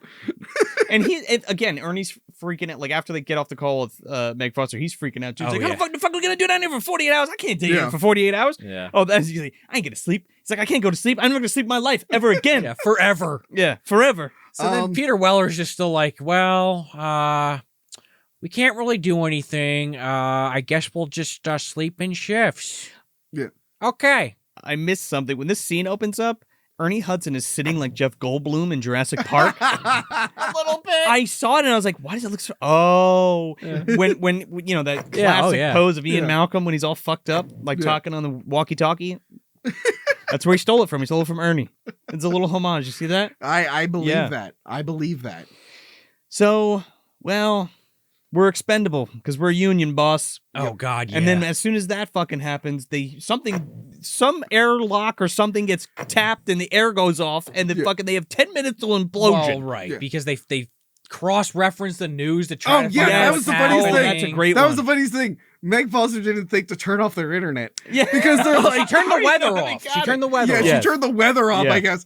But yeah, she's like, yeah, everything's fine. They're like, let me check my stock. Because the girl mentioned, you're right, there's a lot of setup and payoff. The girl mentioned that she bought the stock options for the company. So she's like, let me check my stock. And it's like, oh, the stock is down because this underwater thing just goes destroyed and all these people are dead and it's their names. They're And all like- missing. Yeah. They're like, God damn it. And they're like, yeah, I guess there's no storm, so let's just like try to do something. But then the air bubbles get sent off. And I think that explosion, I don't know if they ever actually say it flat out, but I think it's implied that the doctor did it because he's like, I think he's so. like hanging by this like turbine, like crying, and then you don't ever see him again. Well, no, you do see him again. Wow. There's a creepy moment where Ernie Hudson looks down the hallway. Oh, We wait. Okay. Before we get to that. Okay. Because to your point, Yeah. I'm pretty sure it was the creature just like flat either, out. either it's the creature or it's something that Cobb did. Remember when Cobb was like, oh, it's my job security, and he goes to fix that air duct Oh, thing, and Ernie yeah. Hudson's Right. like, wait, what the fuck are you doing? And he's like, job security, man. Yeah. I only fixed it a little bit. Like he was And already then- taken over. But then Ernie Yeah. Hudson does the callback, and he's like, yeah, job security, my ass, or some shit like Yeah. that. Because now the fucking system's broken, and they can't get to Yeah, it. you know, that makes more sense, actually. I think, now that you're literally saying that, I think they do say, oh, Cobb. Yeah. Cobb probably did it. Yeah, Oh, and then yeah. they're like, oh, there's two of them Not a running bad theory around about the now? doc, though. Yeah. Yeah. But the doc, they see him for like a second. Ernie Hudson's like, I think I just saw the doc. And it's like his face on this flesh monster, and then it disappears. In like this fog. And that they- was the creepiest part for me. Well, they go down there to fix that thing that Yeah. Cobb fucked up, and they're like, In "Oh, the we got to alien fix area? this." Yeah, the Blue xenomorphs monkey- are definitely under there. Yeah. Blue monkey's taking place in that area, too. This is right, Tony. This is where we get the fucking like these glimpses of the monsters like back and sides, Yeah. and there's faces from all of the crew like as a part of it, like all melded together. Yeah, kind of like one of the Nightmare on Elm Streets where there's Oh, like all the fake- the I think soul the chest? fourth one, The yeah, soul the chest? third and fourth one, Yeah. I think has that. But yeah, they're like Ernie- talking. They're yeah. like, and I'm like, I think like their Help me. conscious is They still straight up there. go, kill me. Yeah. Well, I think I think the monster can make them say certain things, but Yeah. not like have a conversation. Yeah, I feel like he was still somehow alive in some fucked up way. Like, if we're gonna rip off Alien, they were kind of, I mean, I know it's like a deleted scene, but like, I think that's what they're going for. But either way, I think it's creepy regardless.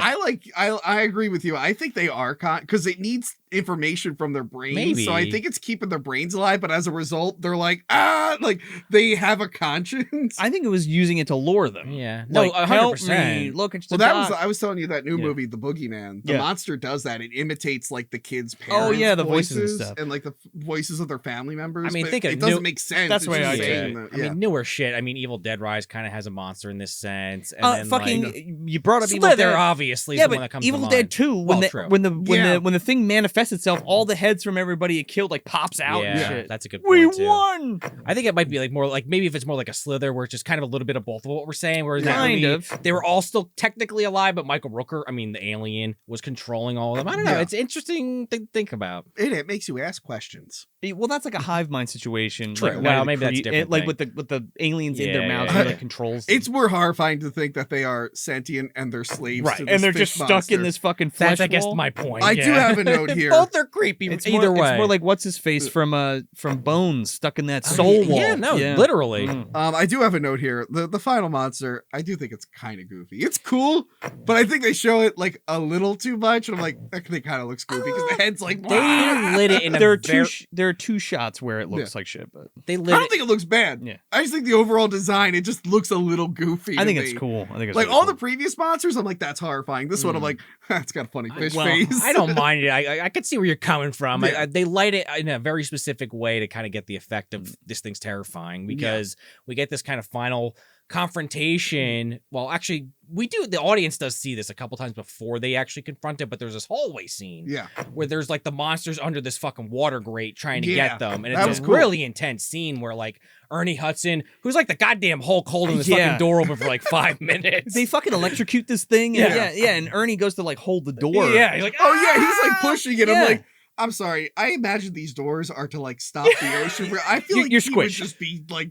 it just crushed. yeah, it's a Like very in- like, Indiana Remember in, Jones in Deep Blue scene. Sea, were you gonna say that? No, Where Thomas Strange trying to hold the Oh, fucking yeah, door yeah, open, a almost little gets his bit. fingers No, I was crushed? gonna say well, the realistic version would be like in Dread when the blast shields just crush that yeah. homeless Or- guy. or- There's no way he's going like ah! Even I'm just a little higher. Kroll comes to mind. The Cyclops gets crushed by a door Oh like right, that. right. But yeah, it's like at that point, that's how Ernie's gonna go. I don't think so. They're doing this weird Indiana Jones shit, Yeah. and It's a tense scene. It's a tense scene because then like he saves like Amanda Page. She falls through the floor. with her Sigourney Weaver outfit on at this point. Well, not quite It's yet. not a verbatim, Yeah. but she's got that tank top going, and then Well- the water's rushing in, and Peter's trying to get away from the tentacle, and he reaches for that handsaw. Yeah. Fucking cuts the tentacle and cuts the arm. Yeah, It's intense. Can we all agree that what she is not wearing is a thong? Let me see that. No, she is That is a not. full-on thong. Well, maybe it's just upper butt. Maybe she like bent over or something. I by guess. accident. Well, I Oh, love. getting shot up into Yeah. the She also has waters. flippers on. I don't think there's flippers. I love that he's like wearing this suit that's supposed to protect from the ocean. She's just ass out. It makes you wonder, like, oh, is Leviathan about this guy who finds this beautiful woman under the ocean? Is it like Splash? Oh, you know what it It's like is? Splash, right? The bottom half of her suit imploded, and then like her ass cheeks got really big, and they just like helped her float to the top. So they could had be. to show that in the key art. That's right. It was like it was a real Caroline Williams situation. Yeah. exactly, or That's or right. Alyssa Leprechaun Milano. 3. Yeah. Oh, listen, She just those things are flotation devices without having to get blown off the pants. plot devices, right? Yeah. So they all go to the swamp is what they call it, which is where they deploy the suits to go excavate shit. And they all got to get in the suits. And it's funny you mentioned the thong because for some reason Amanda Page takes all her clothes off except for Ernie Hudson and Peter Weller. They fit fine into the suits. Yeah. Too much cake? Yeah. Couldn't fit it in there with the jeans on. Ironically, the smallest person there Yeah. has to take off their clothes to fit into the suit. We gotta see that Meanwhile, ass, baby. The giant dudes are able to Yeah, slip There's right a in. Laurinaitis request. Is that what you're saying? Yeah, they didn't even take off their shoes. Did she like make a point to be like, oh, my outfit's ripped or something? Because No. you know, much better film, Leprechaun 4. Yes. They made sure to show that the monster Ripped the ripped the girl's clothes outfit, which is off. why she had to be in the leotard. Yes, yes. Also, she needed to be in the unitard or whatever to for less wind resistance in space when she's running. Tony, do you not remember that Sigourney Weaver needed to get into her underwear before she can get in that astronaut suit? Well, No, because see, that She was going to go to sleep. Yeah, that was set up like organically where she was getting ready for bed. No. But then you have these rip-off movies that are like, we also need our girl in their underwear. It's like, well, do you have a reason? They did establish that she's training to be an astronaut. Yes. So all astronauts need to strip down to their thong. That's what it is. That's what it is. That's what it is. It's an astronaut thing. She just had the training in her head, right? If Ernie Hudson was an astronaut, he would have been down to the thong also. He couldn't be bothered. He was like, you're fucking crazy. I kind of would have liked to see that. Yeah. But anyway, so they get sent off. The elevator works no problem for them. Yeah. But now the monster's in the fucking room attacking. And Peter Weller's trying to do his best to get around this thing without dying. This is awesome, dude. He goes to get in his suit. He launches them off. And this fucking thing punches through his suit and like rips it in half. Yeah. It's fucking cool. Yeah. And it basically chases him around. But he's able to get into a suit and get into the swamp and hit the button, the MacGuffin that he couldn't fix, but it finally works. He does have to hit it a bunch of times, though. Yeah. He's smashing this fucking button. Smash that like button. Yeah. And or we'll die. Oh no, we'll get killed by Leviathan. That's the name of the ship, not the monster. So get run over by it. Sucked into a propeller. It like goes to kill him and like goes to reach for him, and its fucking head gets caught between the thing and just smushes and sprays him with blood. It's pretty cool. That's cool. 1 minute to implosion, by the way. Does that not infect him? Nah, I don't Well, think it's on so. the suit. It's not on him. Oh, it's on the suit. The Right. suit's gonna come back like it, it's gonna be this weird, like, organic suit thing, Yeah. like that Ghostbusters episode. So the plan is to fill this balloon up with oxygen or something. So as they're going up, the suit is decompressing them. Right. And they have to like release it at the right time. Yeah. So as soon as it decompresses, they pop it off and they fucking fly out I mean, in their underwear. I think in real Amanda life- Pays does. I think in real life you're supposed to go up slowly so you don't get the bends, but Well, whatever. yeah. Well, it's the This suit. is a movie about an eel monster. I think that's what it is though. The suit is like helping it because you Oh, can okay. see the depth and like all that shit Right, in it. right, So right, it's right. kind of I don't know what. The suit takes Normalizing care it. of that, Yes. Very vaguely explained, just enough so you don't have to be doing what we're doing. Yes. Well, they didn't have to breathe any fucking pink jelly or anything. Nah. That stuff was real. I know. Humans can't use it, but that stuff was real. I thought it was cool though, but James Cameron's like, how are they going to go into the bottom of the Yeah. ocean? Well, pink jelly. that stuff is real. Well, they make it up Works for there. rats. It's the shit. It works. It works for rats. They use it for Neo. Yeah. They put him in that fucking pod. Well, that's future goo. Oh, We're not there gotcha. yet. We haven't Oh, gotten yeah, to we the didn't get future there goo yet. yet. We're not Right. that far in the future. This is the embryonic prototype. Exactly. Yes. Exactly. First we breathe it, then we're born in it. Yeah. Because somehow the Coast Guard just ran. I mean, I know Peter Weller's just has a million fucking flares in his pocket, but Yeah. they find them in this vast ocean. Well, they're right over where the Yeah. where the I guess so, thing is supposed yeah. to be, so they're covering the perimeter. Yeah. So the Coast Guard's like, I don't see shit. Heading back. The last fucking flare they have, he shoots Well, up. and they second to see last, them. we find out. Now here's what sucks because that was kind of like the climax of the movie. Yeah. Right. They get out.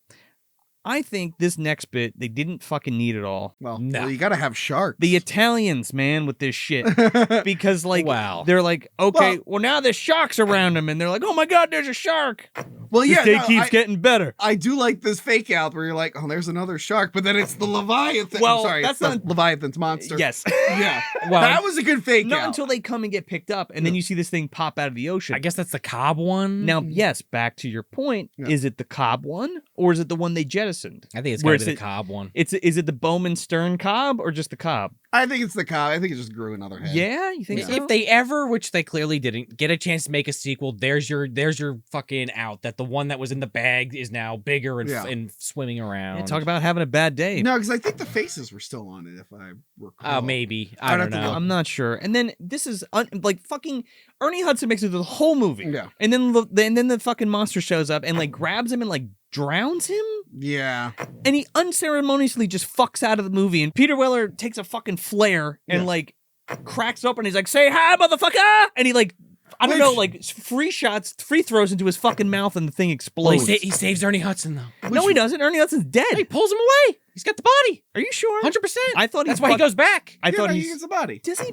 Is there two versions of this? I didn't. Is this a Jaws 4 Wait, scenario? I think this is. wait. I watch it on a TV in HD, and you guys watch it. No, on no, a no. crummy I could have. VHS I tape. didn't realize he brought him up because they're not walking out together. It's only him and No, Amanda no, no, Page. I He's just think on the 'cause boat he's or on injured. the. Oh, heli- I think yeah. because he's injured. I No, thought so they just he does kill his survive. ass. It is annoying that he can't Yeah. celebrate with them at the end. Yeah. It's So possible. it's still annoying. It's possible. I there's an- love this town. Exactly. It's possible there's an alternate ending where he is just dead. Because But I just did the Jaws sequels on my Right. where Jaws 4, some versions Mary Von Peebles is dead, some versions he's alive. Poor Mary Maybe Van there was Peebles. something like that. yeah. But yeah, the whole they just wanted. They were like, all right. He does fuck out of the movie though, regardless. He does. I think at some point they were like, okay, well, we need the fake out ending like all the Alien movies. Yeah. They're like, what do we do? And it's like, well, we've kind of mined those 2 movies enough. Like, yeah, it's like, oh, what if we just do the Jaws ending where they. Smile, you son of a bitch. It's also kind of the thing, throwing the dynamite into it. But yeah, but he says, say, motherfucker. I'm like, say hi, motherfucker. And it's like, well, that's, He says, Say, Did he say like a doctor? Say he says say hi, motherfucker. No, That's actually better. He says say which was the thing in Jaws 2 where he goes, open up, say And I'm like, oh. It's cool they blow it up though. Why did he say open wide, motherfucker? I don't know. They maybe it was in the script and this is just what Peter said and that was the only take they had. Much like Boppo from Hocus Pocus, I'm gonna go with say hi, motherfucker, because I like it better. But also, would that kill it? Does it not have enough blood to regenerate? I don't know. And it's only a flare. It's not an explosive. This thing's got a grenade inside it. It was a grenade? It's an explosive. Where the fuck? What is that? A depth charge or some shit? I don't know what this thing was, but Is it that fucking what the explodes. bandolier? I thought the bandolier was flares, not bombs. I'm just The saying the flares movie. were in guns. This he threw. Yeah. I'm saying that yes, it was a flare, but you would think it was a goddamn grenade or a fucking, like you said, a fucking explosive of some kind. Gotcha. Whole thing's head explodes. There's just pieces all over the place. The point is, I expected the monster to show up and have one final scare. And you did. What I did not expect was the movie to end with a woman just getting punched in the face. Yeah, she deserved it. It's the best. It's the best ending ever. Oh my god, you're here. Oh my god, I knew you would make it. There you are, you fucking handsome man. And you're like, Amanda Pays is gonna fucking knock her out. Nope. Peter Weller fucking squares her off. It's rare a movie ends with a man punching a defense, even though she's the bad guy. And everyone cheers. Punching a defenseless. She fucking spins and fucking hits the dirt, man.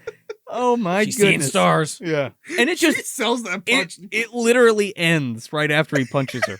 Credits. What more can you do? Wrap it up. You can't go anywhere past It's fucking great, dude. So did this movie not do well, or did it just do okay? I think it didn't perform as well as it should have. 89 was a busy year. Well, that's what I'm saying. Yeah. And how many of these types of movies are coming out at the same time? True. Between the 3-year span, that's a lot of fucking movies, dude. And most of it at the time, these movies, even like even the Roger Corman shit, are not direct to video. They are coming out in theaters. Yeah. Maybe like not super wide release, but they're coming out in theaters. Yeah, I could see people being like, well, it's just Alien, that. And then word of mouth being like, it's a lot like, even though it's got enough to separate it, word of mouth, if you were to describe this movie, you'd be like, well, I feel like It's a thing meets Alien. Yeah. But I think it's a disservice to this film. And like a lot of people, that's all the critics said that about this. And it was like, well, this is like fucking Deep Star 6 that just came out. Because I think that came out a little bit earlier the same year, which is another good, deep sea monster movie. But I don't know, man.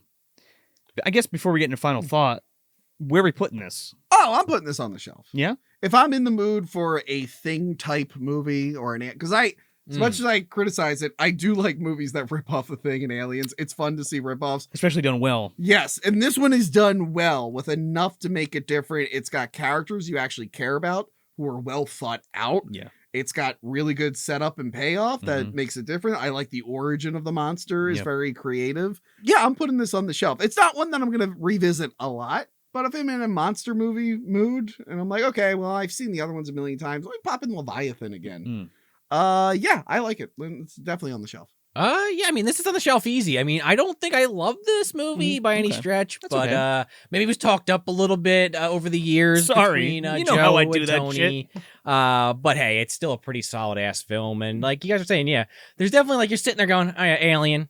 All right, yeah, that's like that, and that's like that. But like at the end of the day, it is a pretty good movie overall. And again, like we were talking about, Amanda Pays, Ernie Hudson, and Peter Weller are all great. Daniel Stern even. Yeah, Daniel Stern even. He's hilarious for the 20 minutes he's in there. Yeah. And everyone in the movie kind of just sells their character. Like you don't feel like you're watching a movie, which is like a compliment for any movie, honestly. Like you're kind of enthralled in it, even if it doesn't all click. Yeah. So this is like a solid 3 out of 5 for me. I would definitely revisit this. Maybe not in a rush. I would definitely watch it before of Unknown Origin, but if you want to hear my full thoughts on that, there's an episode. Go check it out. The Peter Weller lore expands once again, and I'm here for it. The man keeps delivering these interesting films to us. So I would like to see what he brings us next. Have you guys done Screamers? Not yet, but I definitely want to visit At some point, we should do Screamers. I would love to do that because we could talk about the Kyotos again. Yes. There you go. This is definitely on the shelf. It's been on the shelf, baby. Yeah. It was literally on that shelf. It was literally on that shelf over there. Yep. I'm going to echo a lot of what you said, Sure. but like for a movie that does so many other things like other movies before it or parallel to that, this one stands out. It really does for me because of the fucking cast, who's behind it, the effects work, all of that shit in this. It's like a sweet melting pot of stuff, and it's fucking bizarre to me that this movie just didn't do better. I think it was just the fact that it was just oversaturated at the time, and everybody was trying to cash in on that on the deep sea monster movie thing, and it's a shame because I feel like this one's super well crafted. And again, you're not like this is B movie on an A movie budget, so like when you're reaching for something like Endless Descent or like the other Corman movie I already forgot what the fuck it was called. It like you know what you're getting into with that. You know what I'm saying? When you pop this in, it's like, whoa, what the fuck? This probably would have done better like post Jurassic Park, where people were suddenly into the idea of B movies with the A budgets. Sure. It might have done better there. I will say I had the total opposite reaction. I recently reviewed the newest Indiana Jones. Yeah. And my criticism with that movie was like there were scenes in that movie that kept reminding me of better movies that I'd rather watch. Gotcha. Whereas with this one, I'm being reminded of better movies, but I'm appreciating how they did it their way. I'm like, okay, that's like from that movie, but this was their twist on it. But it's super enjoyable. I'm just like, well, I can just watch that other movie. This sucks.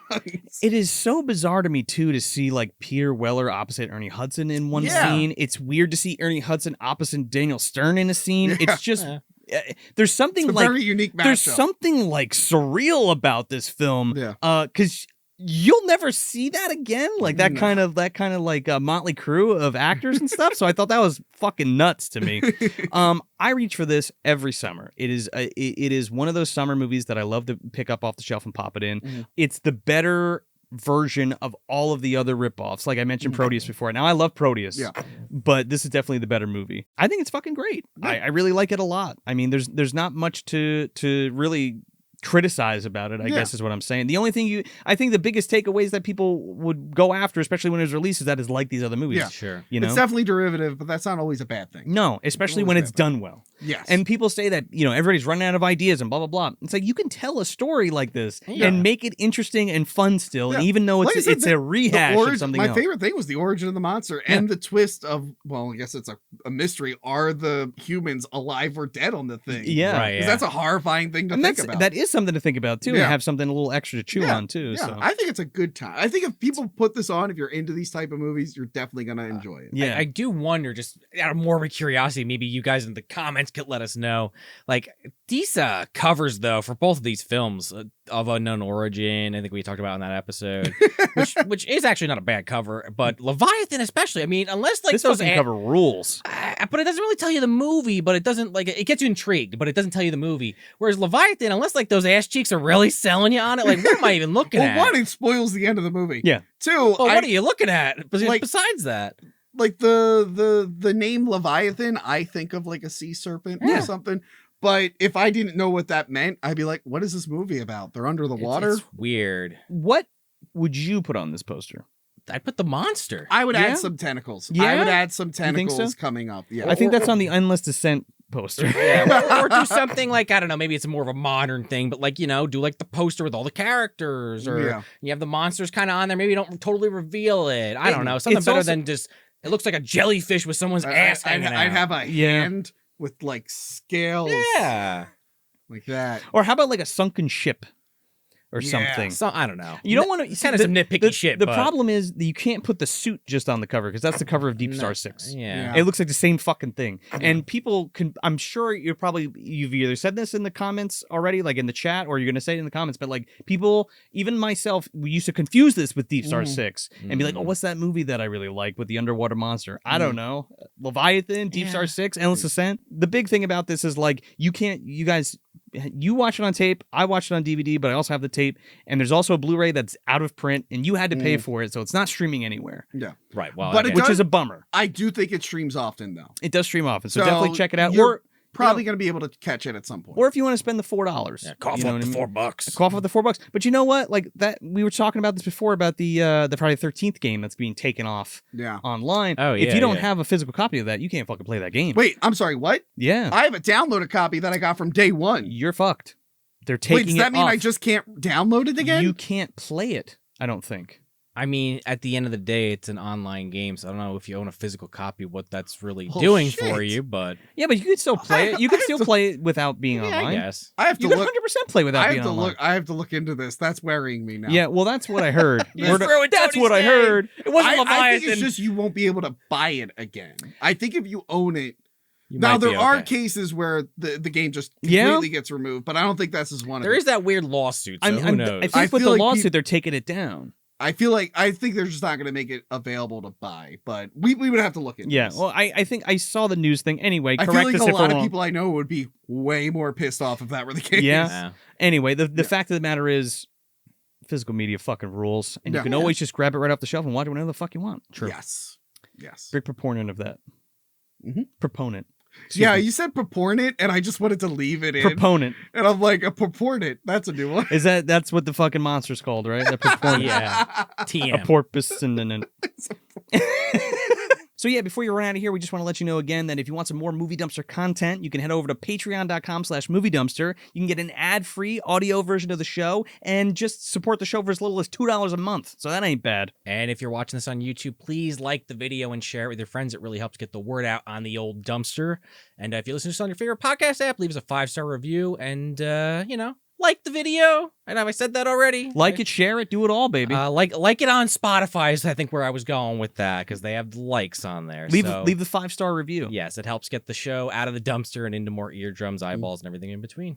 And if you want to know what the goings-on are for the dumpster, you can follow us on every social media platform at Movie Dumpster on Instagram, Facebook, and Twitter. And you can get your updates there. What's cooking? If we got an event coming up, if we got a new episode coming up, check it out. And if you like this chemistry between the three of us, we often do episodes together, but you can find me over on Hack the Movies. Are we going to mold together like We're Leviathan? much like the Leviathan, we will form into one. We're going to be a big fucking blob talking into the microphones? Yeah, check us out on Hack the Movies. I talk about movies new and old. It's a lot of fun.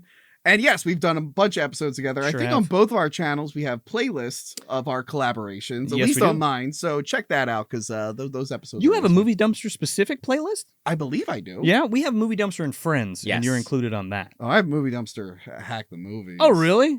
I think to so. look into that. That's really nice of you. I either did that months ago or I thought about doing it months ago and never did. By the time this comes out, I will make sure Oh, that that's a thing. Fair I'm pretty enough. sure it's a thing. Yeah? But in case it's not, it will be a thing. I feel It's like a real. real asshole. I'm pretty sure that exists. But yes, check us out on Hack the Movies if you like. If you have enough money to spend, obviously spend it on Movie Dumpster Sure. first. But if you have some left over, consider becoming a patron or YouTube channel member over there. We have a lot of fun stuff, bonus videos, some of which you guys have been in, Yes. commentary tracks you guys have been Yes. in. Yeah, it's a good time. That's all I got. Cool. So that's it. That's Leviathan from 1989, directed by George Cosmatos. I'm Joe Lascola. I'm Sean O'Rourke. I'm Tony from Hack the Movies. Thanks for visiting the dumpster.